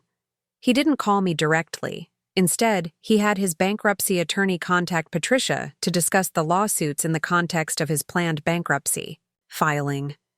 Patricia called me after speaking with David's lawyer. "They're trying to expedite his bankruptcy to eliminate your claims," she explained. "But we're ahead of them. Our lawsuits were filed before his bankruptcy petition, which gives us certain protections." "What does that mean practically?" I asked. "It means that even if David's bankruptcy eliminates his obligation to pay you directly, we can still pursue the co-signed equipment leases as separate matters. More importantly, we can challenge the bankruptcy if we can prove he transferred assets or incurred debts in bad faith before filing." This was where Patricia's experience with family financial disputes became invaluable. She had immediately begun investigating David's financial transactions over the past year, looking for evidence of asset transfers, hidden income, or fraudulent conveyances that might disqualify him from bankruptcy protection. What she found was damning. David had purchased a new truck 6 months earlier, financing it through a dealership but registering the title in his girlfriend's name. He had also transferred ownership of his personal motorcycle and boat to friends, claiming they were gifts, but providing no documentation of the supposed sales. Most significantly, he had closed a business savings account containing nearly $15,000 and deposited the money into a personal account that wasn't disclosed in his bankruptcy paperwork. "This isn't just poor financial planning," Patricia explained. "This is deliberate fraud. He was preparing for bankruptcy while hiding assets and transferring property to keep it out of reach of creditors." The discovery of David's fraudulent asset transfers changed everything. Patricia filed motions to challenge the bankruptcy, alleging fraud and bad faith. She also amended our lawsuit to include claims for fraudulent conveyance and sought to recover the hidden assets for distribution to legitimate creditors. My mother's situation was different but equally revealing. She responded to the lawsuit by hiring an attorney from a local legal aid clinic, someone who specialized in protecting elderly clients from financial exploitation. Her attorney called Patricia to discuss a settlement, arguing that my mother was on a fixed income and couldn't afford to pay the debt without jeopardizing her basic living expenses. Mrs. Collins is a 78-year-old widow living on Social Security, the legal aid attorney explained to Patricia. The amount your client is demanding represents more than 6 months of her total income. Pursuing this debt would constitute elder financial abuse. Patricia's response was swift and factual. Mrs. Collins received medical and home maintenance services totaling over $8,000 that were paid for by my client. She received valuable consideration in exchange for the debt. The fact that she's elderly doesn't eliminate her obligation to pay for services she received. The legal aid attorney tried a different approach. Surely your client doesn't want to be responsible for making her own mother homeless. If we're forced to pay this judgment, Mrs. Collins will have to sell her house. That's Mrs. Collins's choice to make, Patricia replied. She can arrange a payment plan, she can downsize to a less expensive living situation, or she can face the legal consequences of her unpaid debts. But her age doesn't give her the right to avoid paying for services she received. The conversation revealed something important about my mother's financial situation. She wasn't struggling to pay the debt because she was genuinely impoverished. She was struggling because she had grown comfortable living beyond her means, knowing that I would cover any expenses that exceeded her Social Security income. Her house was worth nearly $200,000, completely paid off. Thanks to my father's life insurance and my help with maintenance over the years, she could easily afford to pay the $8,000 debt by taking a small home equity loan or by downsizing to a more affordable living situation. She simply didn't want to be inconvenienced by the consequences of her choices. The legal proceedings moved forward with bureaucratic efficiency. Court dates were scheduled, discovery motions were filed, and depositions were taken. Each step in the process cost my family members additional legal fees while reinforcing the seriousness of the situation they now faced. During this time, I received several attempts at family intervention. My Aunt Margaret, my father's sister who lived in another state, called to express her shock at learning about the lawsuits. "Marlene, dear," she said in the tone reserved for family members who had disappointed everyone, "I can't believe you're actually suing your own mother and siblings. What would your father think about this family fighting over money?" I had expected this type of interference, had prepared myself for the family members who would emerge from the periphery to offer unsolicited opinions about my legal actions. "My father would think that people should pay their debts," I replied. "And he would be appalled that his children took advantage of their sister for 20 years, while refusing to show up when she needed support." "But they're your family," Aunt Margaret protested. "Money comes and goes, but family is forever." "Family shows up for each other," I said, using the phrase that had become my standard response to guilt-based appeals. "Family doesn't abandon each other at important moments and then expect continued financial support." Aunt Margaret tried a different approach. "What about Christmas? What about family gatherings? Are you really going to let legal disputes destroy decades of family relationships?" I had been thinking about this question since filing the lawsuits. What would holidays look like now? Would there still be family gatherings?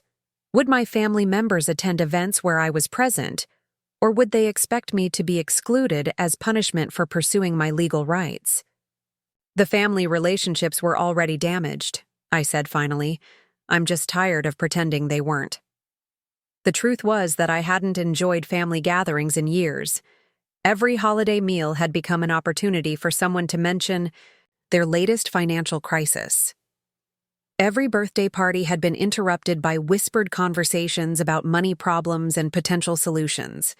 Every family celebration had been overshadowed by the tension of unspoken expectations and unmet obligations. I realized that I had been dreading family events for a long time, anticipating the requests and manipulation that would inevitably accompany any gathering. The lawsuits hadn't destroyed my family relationships. They had simply made visible the dysfunction that had been festering for years. 2 months after the lawsuits were filed, Patricia called with significant news. David's bankruptcy had been dismissed due to the fraudulent asset transfers we had discovered. The bankruptcy judge had ruled that David's attempts to hide property and income constituted bad faith, disqualifying him from bankruptcy protection. "What does that mean for our lawsuit against him?" I asked. "It means he's fully liable for his debts, including what he owes you," Patricia explained. "We can now pursue collection against all of his assets, including the truck and other property he tried to hide." David's attorney immediately requested a meeting to discuss settlement options. David was facing the possibility of having his wages garnished, his hidden assets seized, and liens placed on any property he owned or acquired in the future. Without bankruptcy protection, he was vulnerable to the full force of debt collection proceedings. The settlement meeting took place in Patricia's conference room on a gray February morning. David arrived with his attorney, looking haggard and defeated in a way I had never seen before.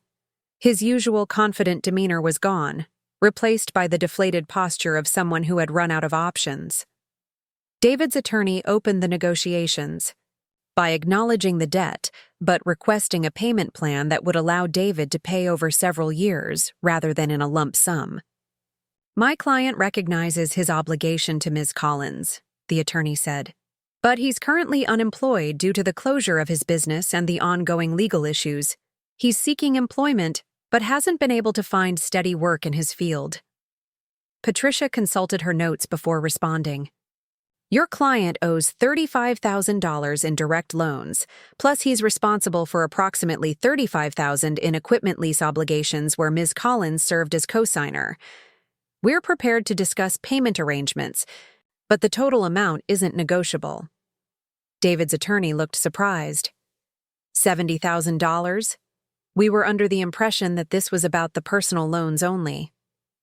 "Your client's failed bankruptcy attempt means he's responsible for all debts," Patricia explained, including the co-signed obligations that would have been discharged if the bankruptcy had been successful. I watched David's face as the full scope of his liability became clear. $70,000 represented more than 2 years of income at his previous salary. Money he would have to earn while also paying for basic living expenses. "I can't pay $70,000, David said finally, speaking directly to me for the first time since the meeting began. "Marlene, you know I don't have that kind of money."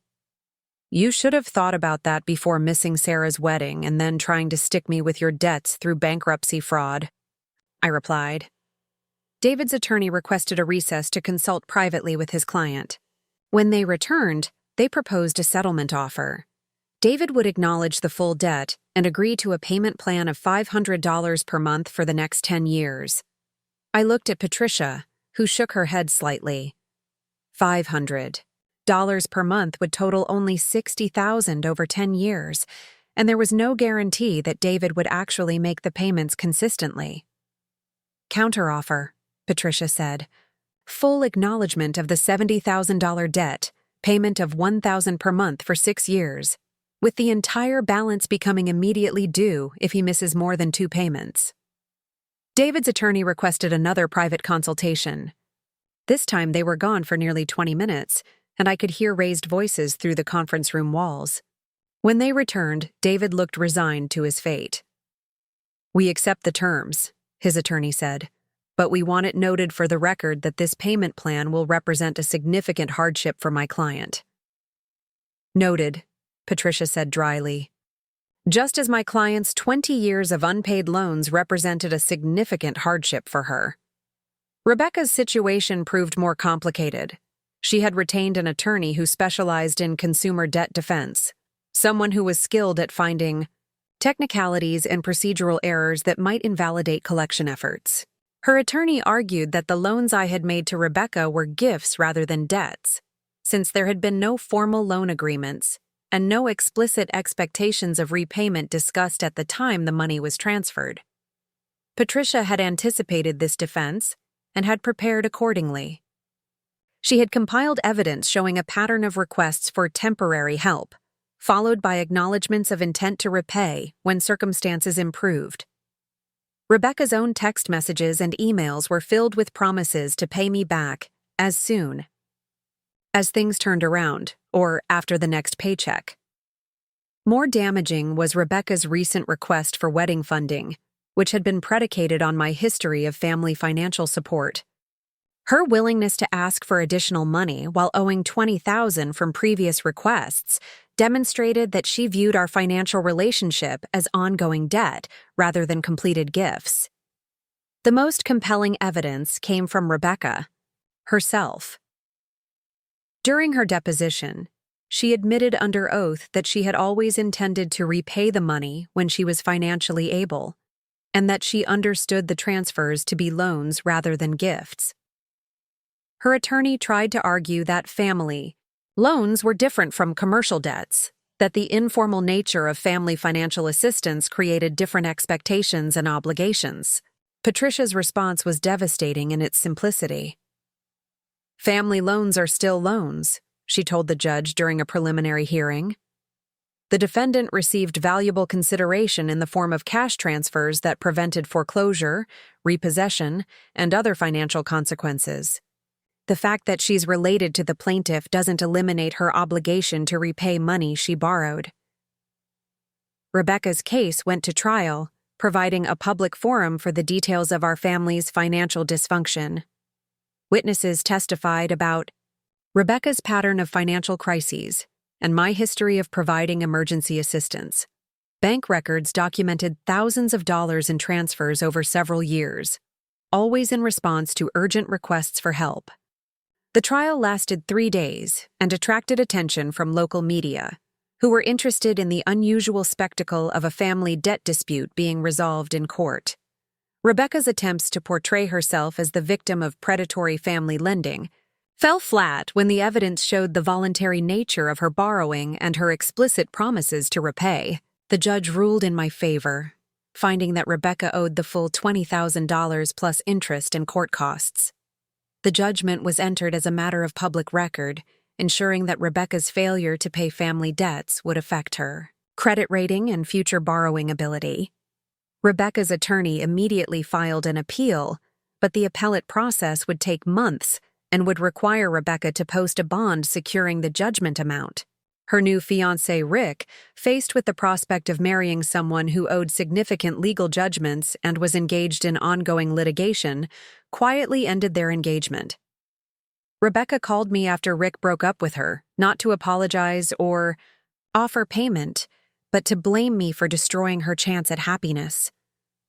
"I hope you're satisfied," she said, her voice thick with tears and anger. "Rick says he can't marry someone who's in legal trouble with her own family. You've ruined my life. Over money." "I didn't ruin your life," I replied. "I asked you to pay back money you borrowed. The fact that your fiancé couldn't handle that says more about him than it does about me." "He was the best thing that ever happened to me," Rebecca sobbed. "He was stable and kind, and he wanted to take care of me. Now he's gone because you couldn't forgive a family debt." I felt a moment of sadness for Rebecca, recognizing the genuine pain in her voice. But I also recognized the pattern that had defined our relationship for decades. Rebecca had expected me to absorb the consequences of her choices, to protect her from the results of her own actions, to prioritize her comfort over my own rights. "Rebecca," I said gently, "Rick didn't leave because I sued you. Rick left because you owe $20,000 and refused to take responsibility for paying it back.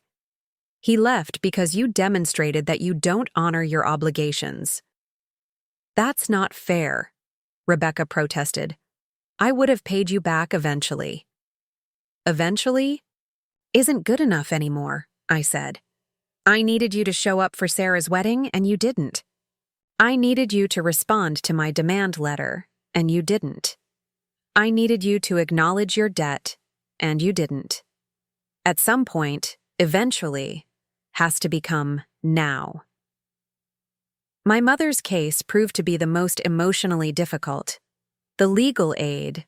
Attorney representing her continued to argue that pursuing debt collection against an elderly widow constituted elder abuse, but the argument gained no traction with the court. During her deposition, my mother appeared frail and confused, claiming not to remember receiving money from me for medical bills and home maintenance. Her attorney suggested that her age and recent grief might have affected her memory of financial transactions. Patricia was prepared for this strategy as well. She had obtained copies of all the checks I had written to medical providers and repair contractors on my mother's behalf, along with documentation showing that my mother had specifically requested the payments and had signed authorizations for me to handle the transactions. More importantly, Patricia had evidence that my mother's memory was selective. While she claimed not to remember receiving financial assistance from me, she had detailed recollections of David's legal troubles and Rebecca's relationship problems.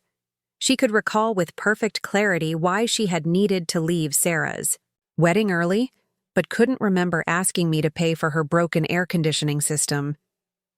The judge was not impressed by the selective memory defense. During the hearing, he noted that my mother had been competent enough to make decisions about leaving family celebrations early, but claimed incompetence when asked about financial obligations. The defendant appears to have clear recollection of events that benefit her position while claiming memory loss regarding events that create legal obligations, the judge observed. This court finds her testimony regarding financial assistance to be not credible. The judgment against my mother was entered for the full $8,000 plus court costs and interest. Her attorney immediately filed motions requesting a payment plan based on her limited income, but Patricia argued that my mother had sufficient assets to pay the judgment through home equity financing or downsizing. The court agreed, noting that my mother owned a valuable property free and clear, and had options for satisfying the judgment without endangering her basic living needs. My mother called me after the judgment was entered, her voice small and defeated. "Marlene," she said, "I never thought you would actually take your own mother to court over money. I raised you better than this." The accusation stung because it contained a grain of truth.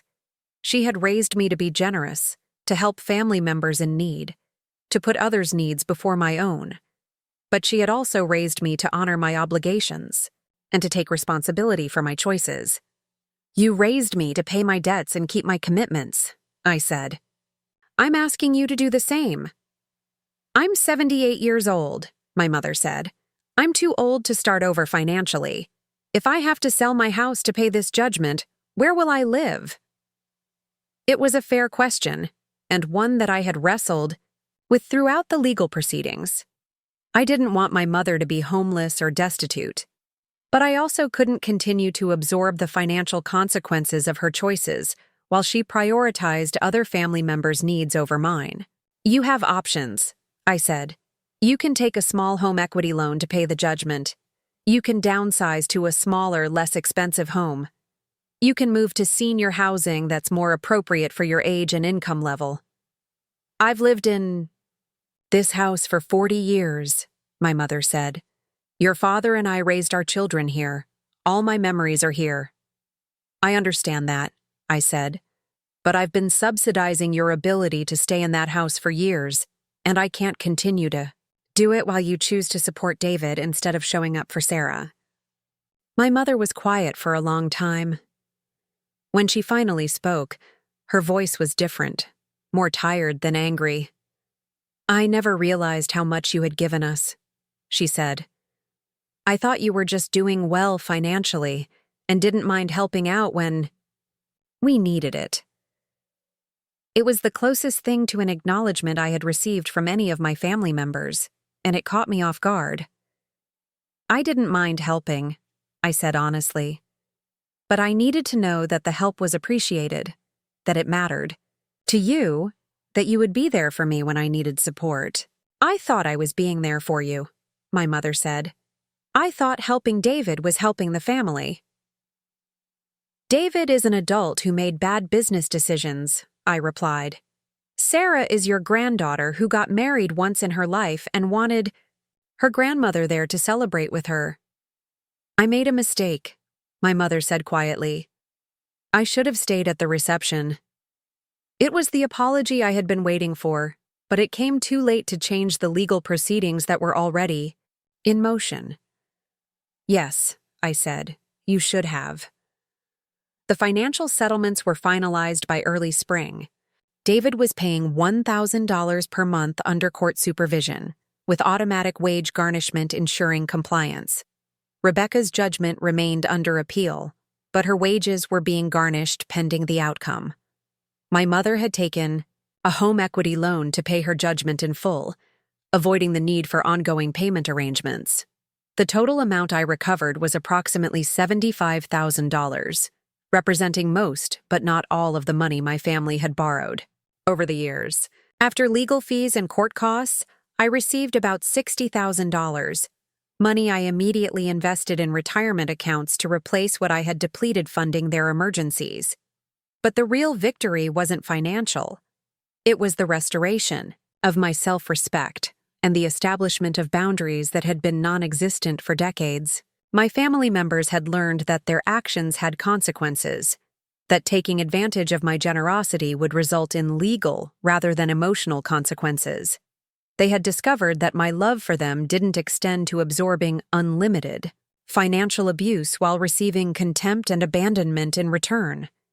Most importantly, I had learned that family loyalty was supposed to be reciprocal. Real family members showed up for each other, supported each other through difficulties, and honored their obligations to each other. People who shared my DNA but failed to meet those standards weren't family in any meaningful sense. The lawsuits had ended, but the real transformation was just beginning. 6 months after the last judgment was entered, I stood in the courthouse lobby again, this time as an observer rather than a plaintiff. David's bankruptcy hearing was finally taking place, the legitimate one he had filed after exhausting all appeals and delay tactics. The fraudulent asset transfers had been reversed, his hidden property had been seized, and he was now facing the reality of genuine financial restructuring under court supervision. I watched him shuffle through the metal detectors with his attorney, both men looking worn down by months of legal battles and financial scrutiny. David had aged visibly during the court proceedings, his hair grayer, his shoulders more stooped, his confident swagger replaced by the careful movements of someone who had learned that actions carried permanent consequences. He saw me standing near the elevators and paused, uncertainty flickering across his face. We hadn't spoken directly since the settlement conference where he had agreed to the payment plan that was now automatically deducting $1,000 from his monthly wages. "Marlene," he said, approaching cautiously, "I didn't expect to see you here." "I wanted to witness the end of this process," I replied, "to see how it all turned out." David nodded slowly, as if trying to decide whether my presence represented support or judgment. "I know you probably think I got what I deserved," he said finally. I looked at my younger brother, this man who had once taught my daughter to throw a curveball, who had helped me move furniture when James and I bought our first house, who had been part of my life for over 40 years. "I think you got what your choices earned you," I said. "There's a difference." David's attorney appeared at his elbow, clearly eager to move toward the courtroom where David's financial future would be determined by a federal bankruptcy judge. "I need to go," David said.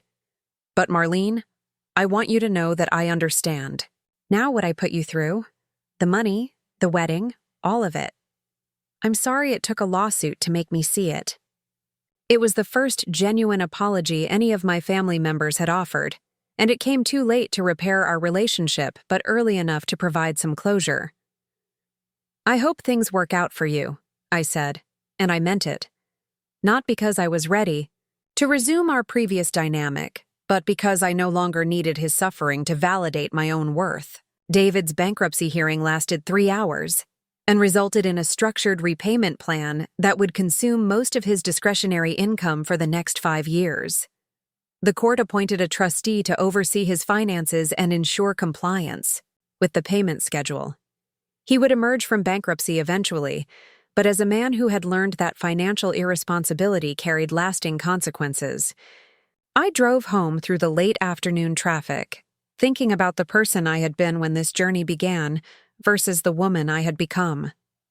The old Marlene would have felt guilty about David's financial situation, would have wondered if there was something more she could have done to help him avoid bankruptcy. The new Marlene understood that David's bankruptcy was the natural result of his own choices, not something that had been done to him. The transformation hadn't happened overnight.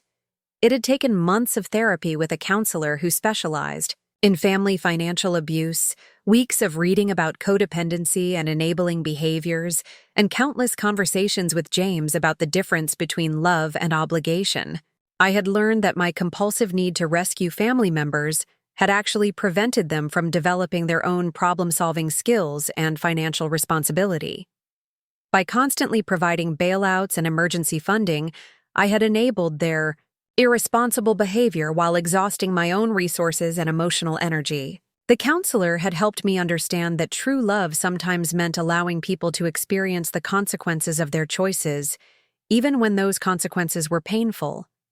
Enabling behavior, disguised as family loyalty, actually hurt everyone, involved by preventing growth and perpetuating dysfunction. Sarah and Michael had returned from their honeymoon to discover the legal drama that had unfolded during their absence. Sarah's initial reaction had been shock and concern about the family conflict, but as she learned the details of what had transpired, her support for my actions had been unwavering. "Mom," she had said during one of our weekly phone calls, "I watched you give and give and give to them for my entire childhood. I watched them take advantage of your generosity while treating you like their personal bank account. What you did took courage." Michael had been equally supportive, sharing stories from his own family about relatives who had learned to respect boundaries only after facing real consequences for crossing them. "In my family," he had explained, "we learned early that actions have results." "It sounds like your family never learned that lesson, because you protected them from it." The distance from my extended family had been initially painful, but ultimately liberating. Christmas had been celebrated with just James, myself, and Murphy the golden retriever, a quiet celebration that felt peaceful rather than empty.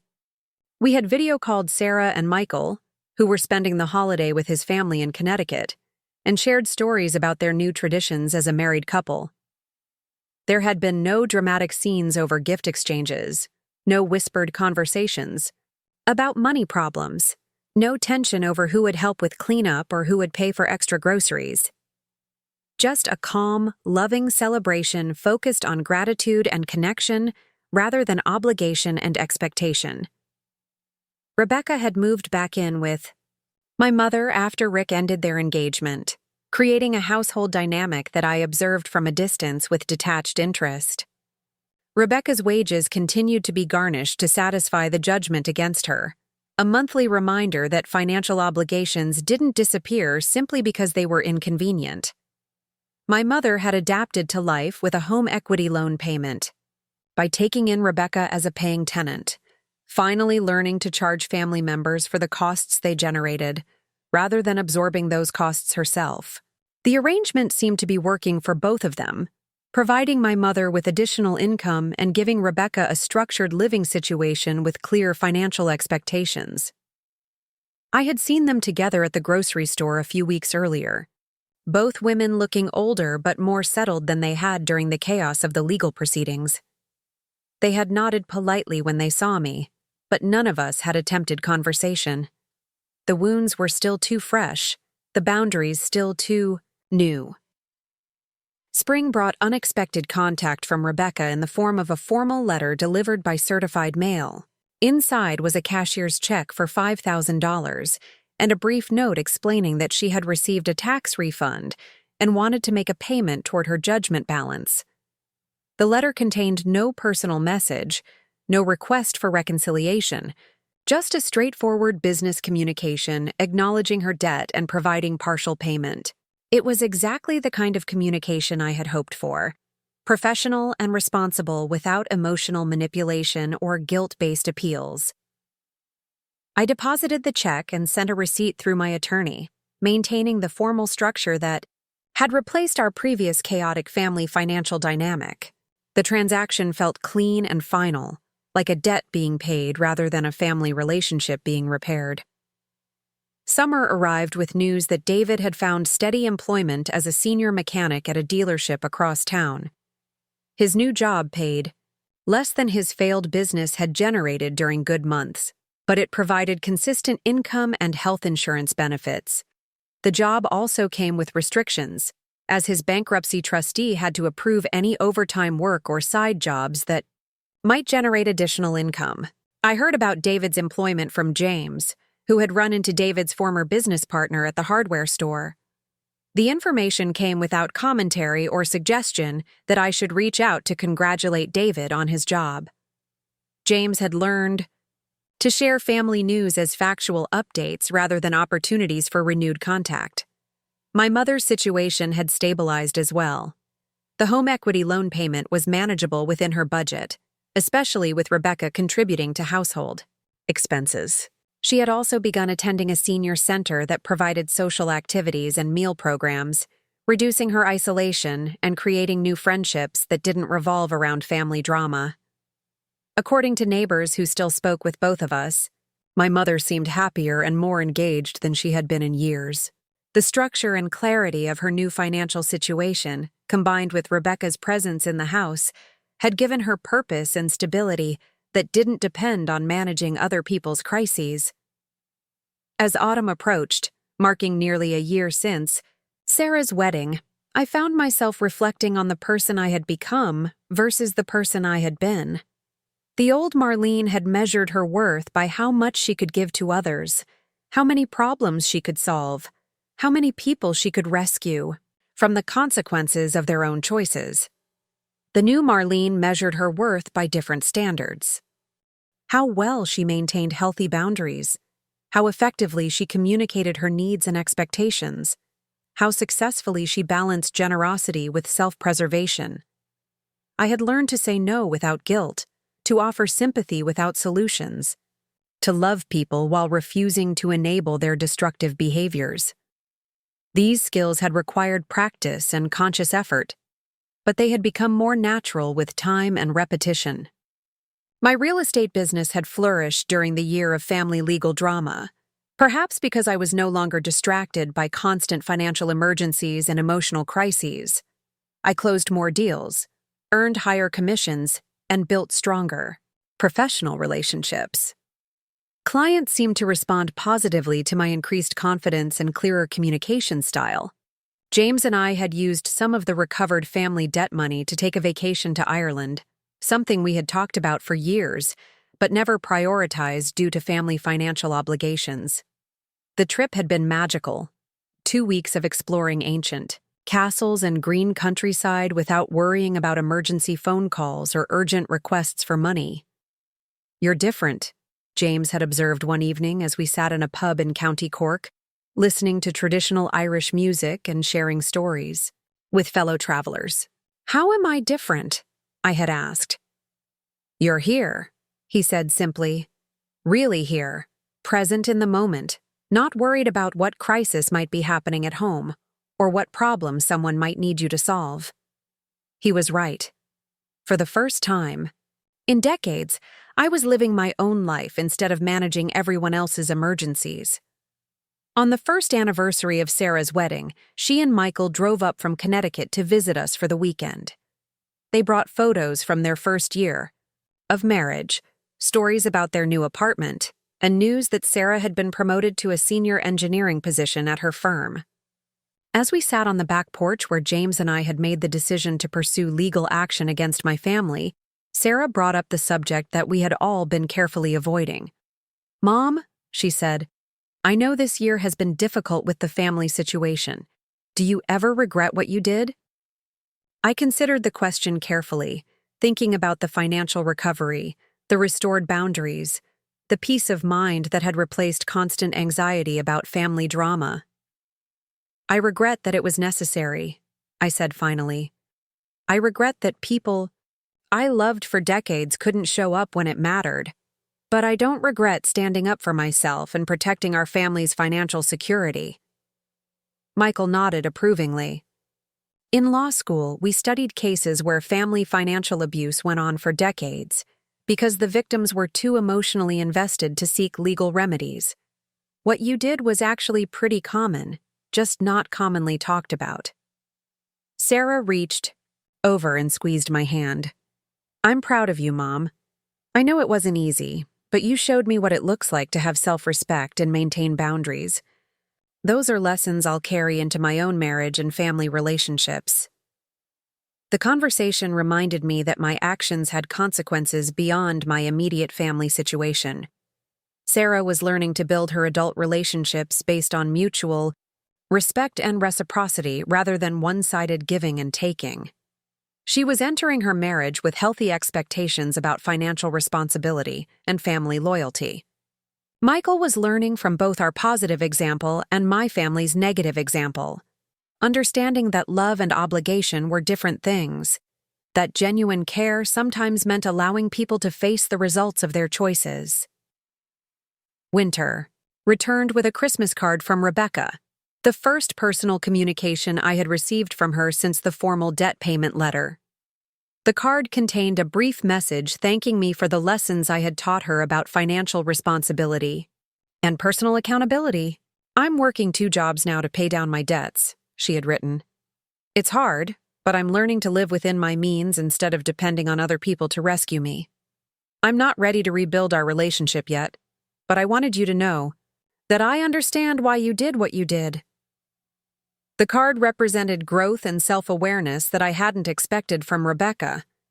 She was learning to take responsibility for her choices rather than blaming others for the consequences of those choices. The financial pressure had forced her to develop skills and independence that decades of family bailouts had prevented her from acquiring. I sent a brief card in return, wishing her well in her efforts to achieve financial stability and acknowledging her progress toward independence. It wasn't a reconciliation, but it was a recognition of mutual respect that might someday form the foundation for a healthier relationship. David's payments had continued without interruption throughout the year, automatically deducted from his wages and deposited into my account every month. The consistency of the payments, enforced by legal structure rather than family guilt, had created a business-like relationship that was more reliable than our previous emotional dynamic. I had used David's monthly payments to fund a college scholarship in Sarah's name, creating something positive from the recovered debt money. The scholarship would help other young women pursue engineering degrees, ensuring that David's financial irresponsibility would ultimately contribute to someone else's educational success. My mother's situation had remained stable throughout the year, with no emergency calls for financial assistance or dramatic crises requiring immediate intervention. The combination of structured living expenses and Rebecca's financial contribution had created a household budget that actually worked within their combined income. I had driven past my childhood home occasionally during the year, noting the small improvements that had been made with Rebecca's help. The yard was better maintained, the exterior had been freshly painted, and there was a general air of stability that had been missing during the years of constant financial crisis. As the second anniversary of Sarah's wedding approached, I realized that the legal proceedings had accomplished something more important than debt recovery. They had created space for all of us to develop healthier patterns and more authentic relationships. My family members had learned to manage their own financial problems rather than expecting me to provide endless bailouts. I had learned to offer emotional support without financial rescue, to express love through boundaries rather than enabling. Sarah and Michael had learned to build their marriage on principles of mutual responsibility and reciprocal care. The courthouse where it all began now held different meaning for me. It was no longer the place where I had been forced to seek justice against family members who had betrayed my trust. It was the place where I had reclaimed my self-respect and established the boundaries that had allowed all of us to grow into more authentic versions of ourselves. Standing in my kitchen on a quiet Sunday morning, looking out at the garden James and I had planted with money recovered from family debt settlements, I felt something I hadn't experienced in decades. I felt proud of the choices I had made, confident in the boundaries I had established, and hopeful about the relationships I was building based on mutual respect, rather than financial dependence. The woman who had been abandoned at her daughter's wedding reception had fought back in the most effective way possible. Not through anger or revenge, but through legal accountability and personal transformation. I had taken my family to bankruptcy court. But more importantly, I had taken myself to a place of strength and self-respect that no one could ever take away. The silence that had once felt like abandonment now felt like peace. The distance that had once felt like punishment now felt like freedom. The boundaries that had once felt like barriers now felt like protection. I was no longer the family bank, the emergency contact, the solution to everyone else's problems. I was Marlene Collins, a woman who had learned to value herself enough to demand that others value her too. And that was the most important victory of all. Up next, you've got 2 more standout stories right on your screen. If this one hit the mark, you won't want to pass these up. Just click and check them out.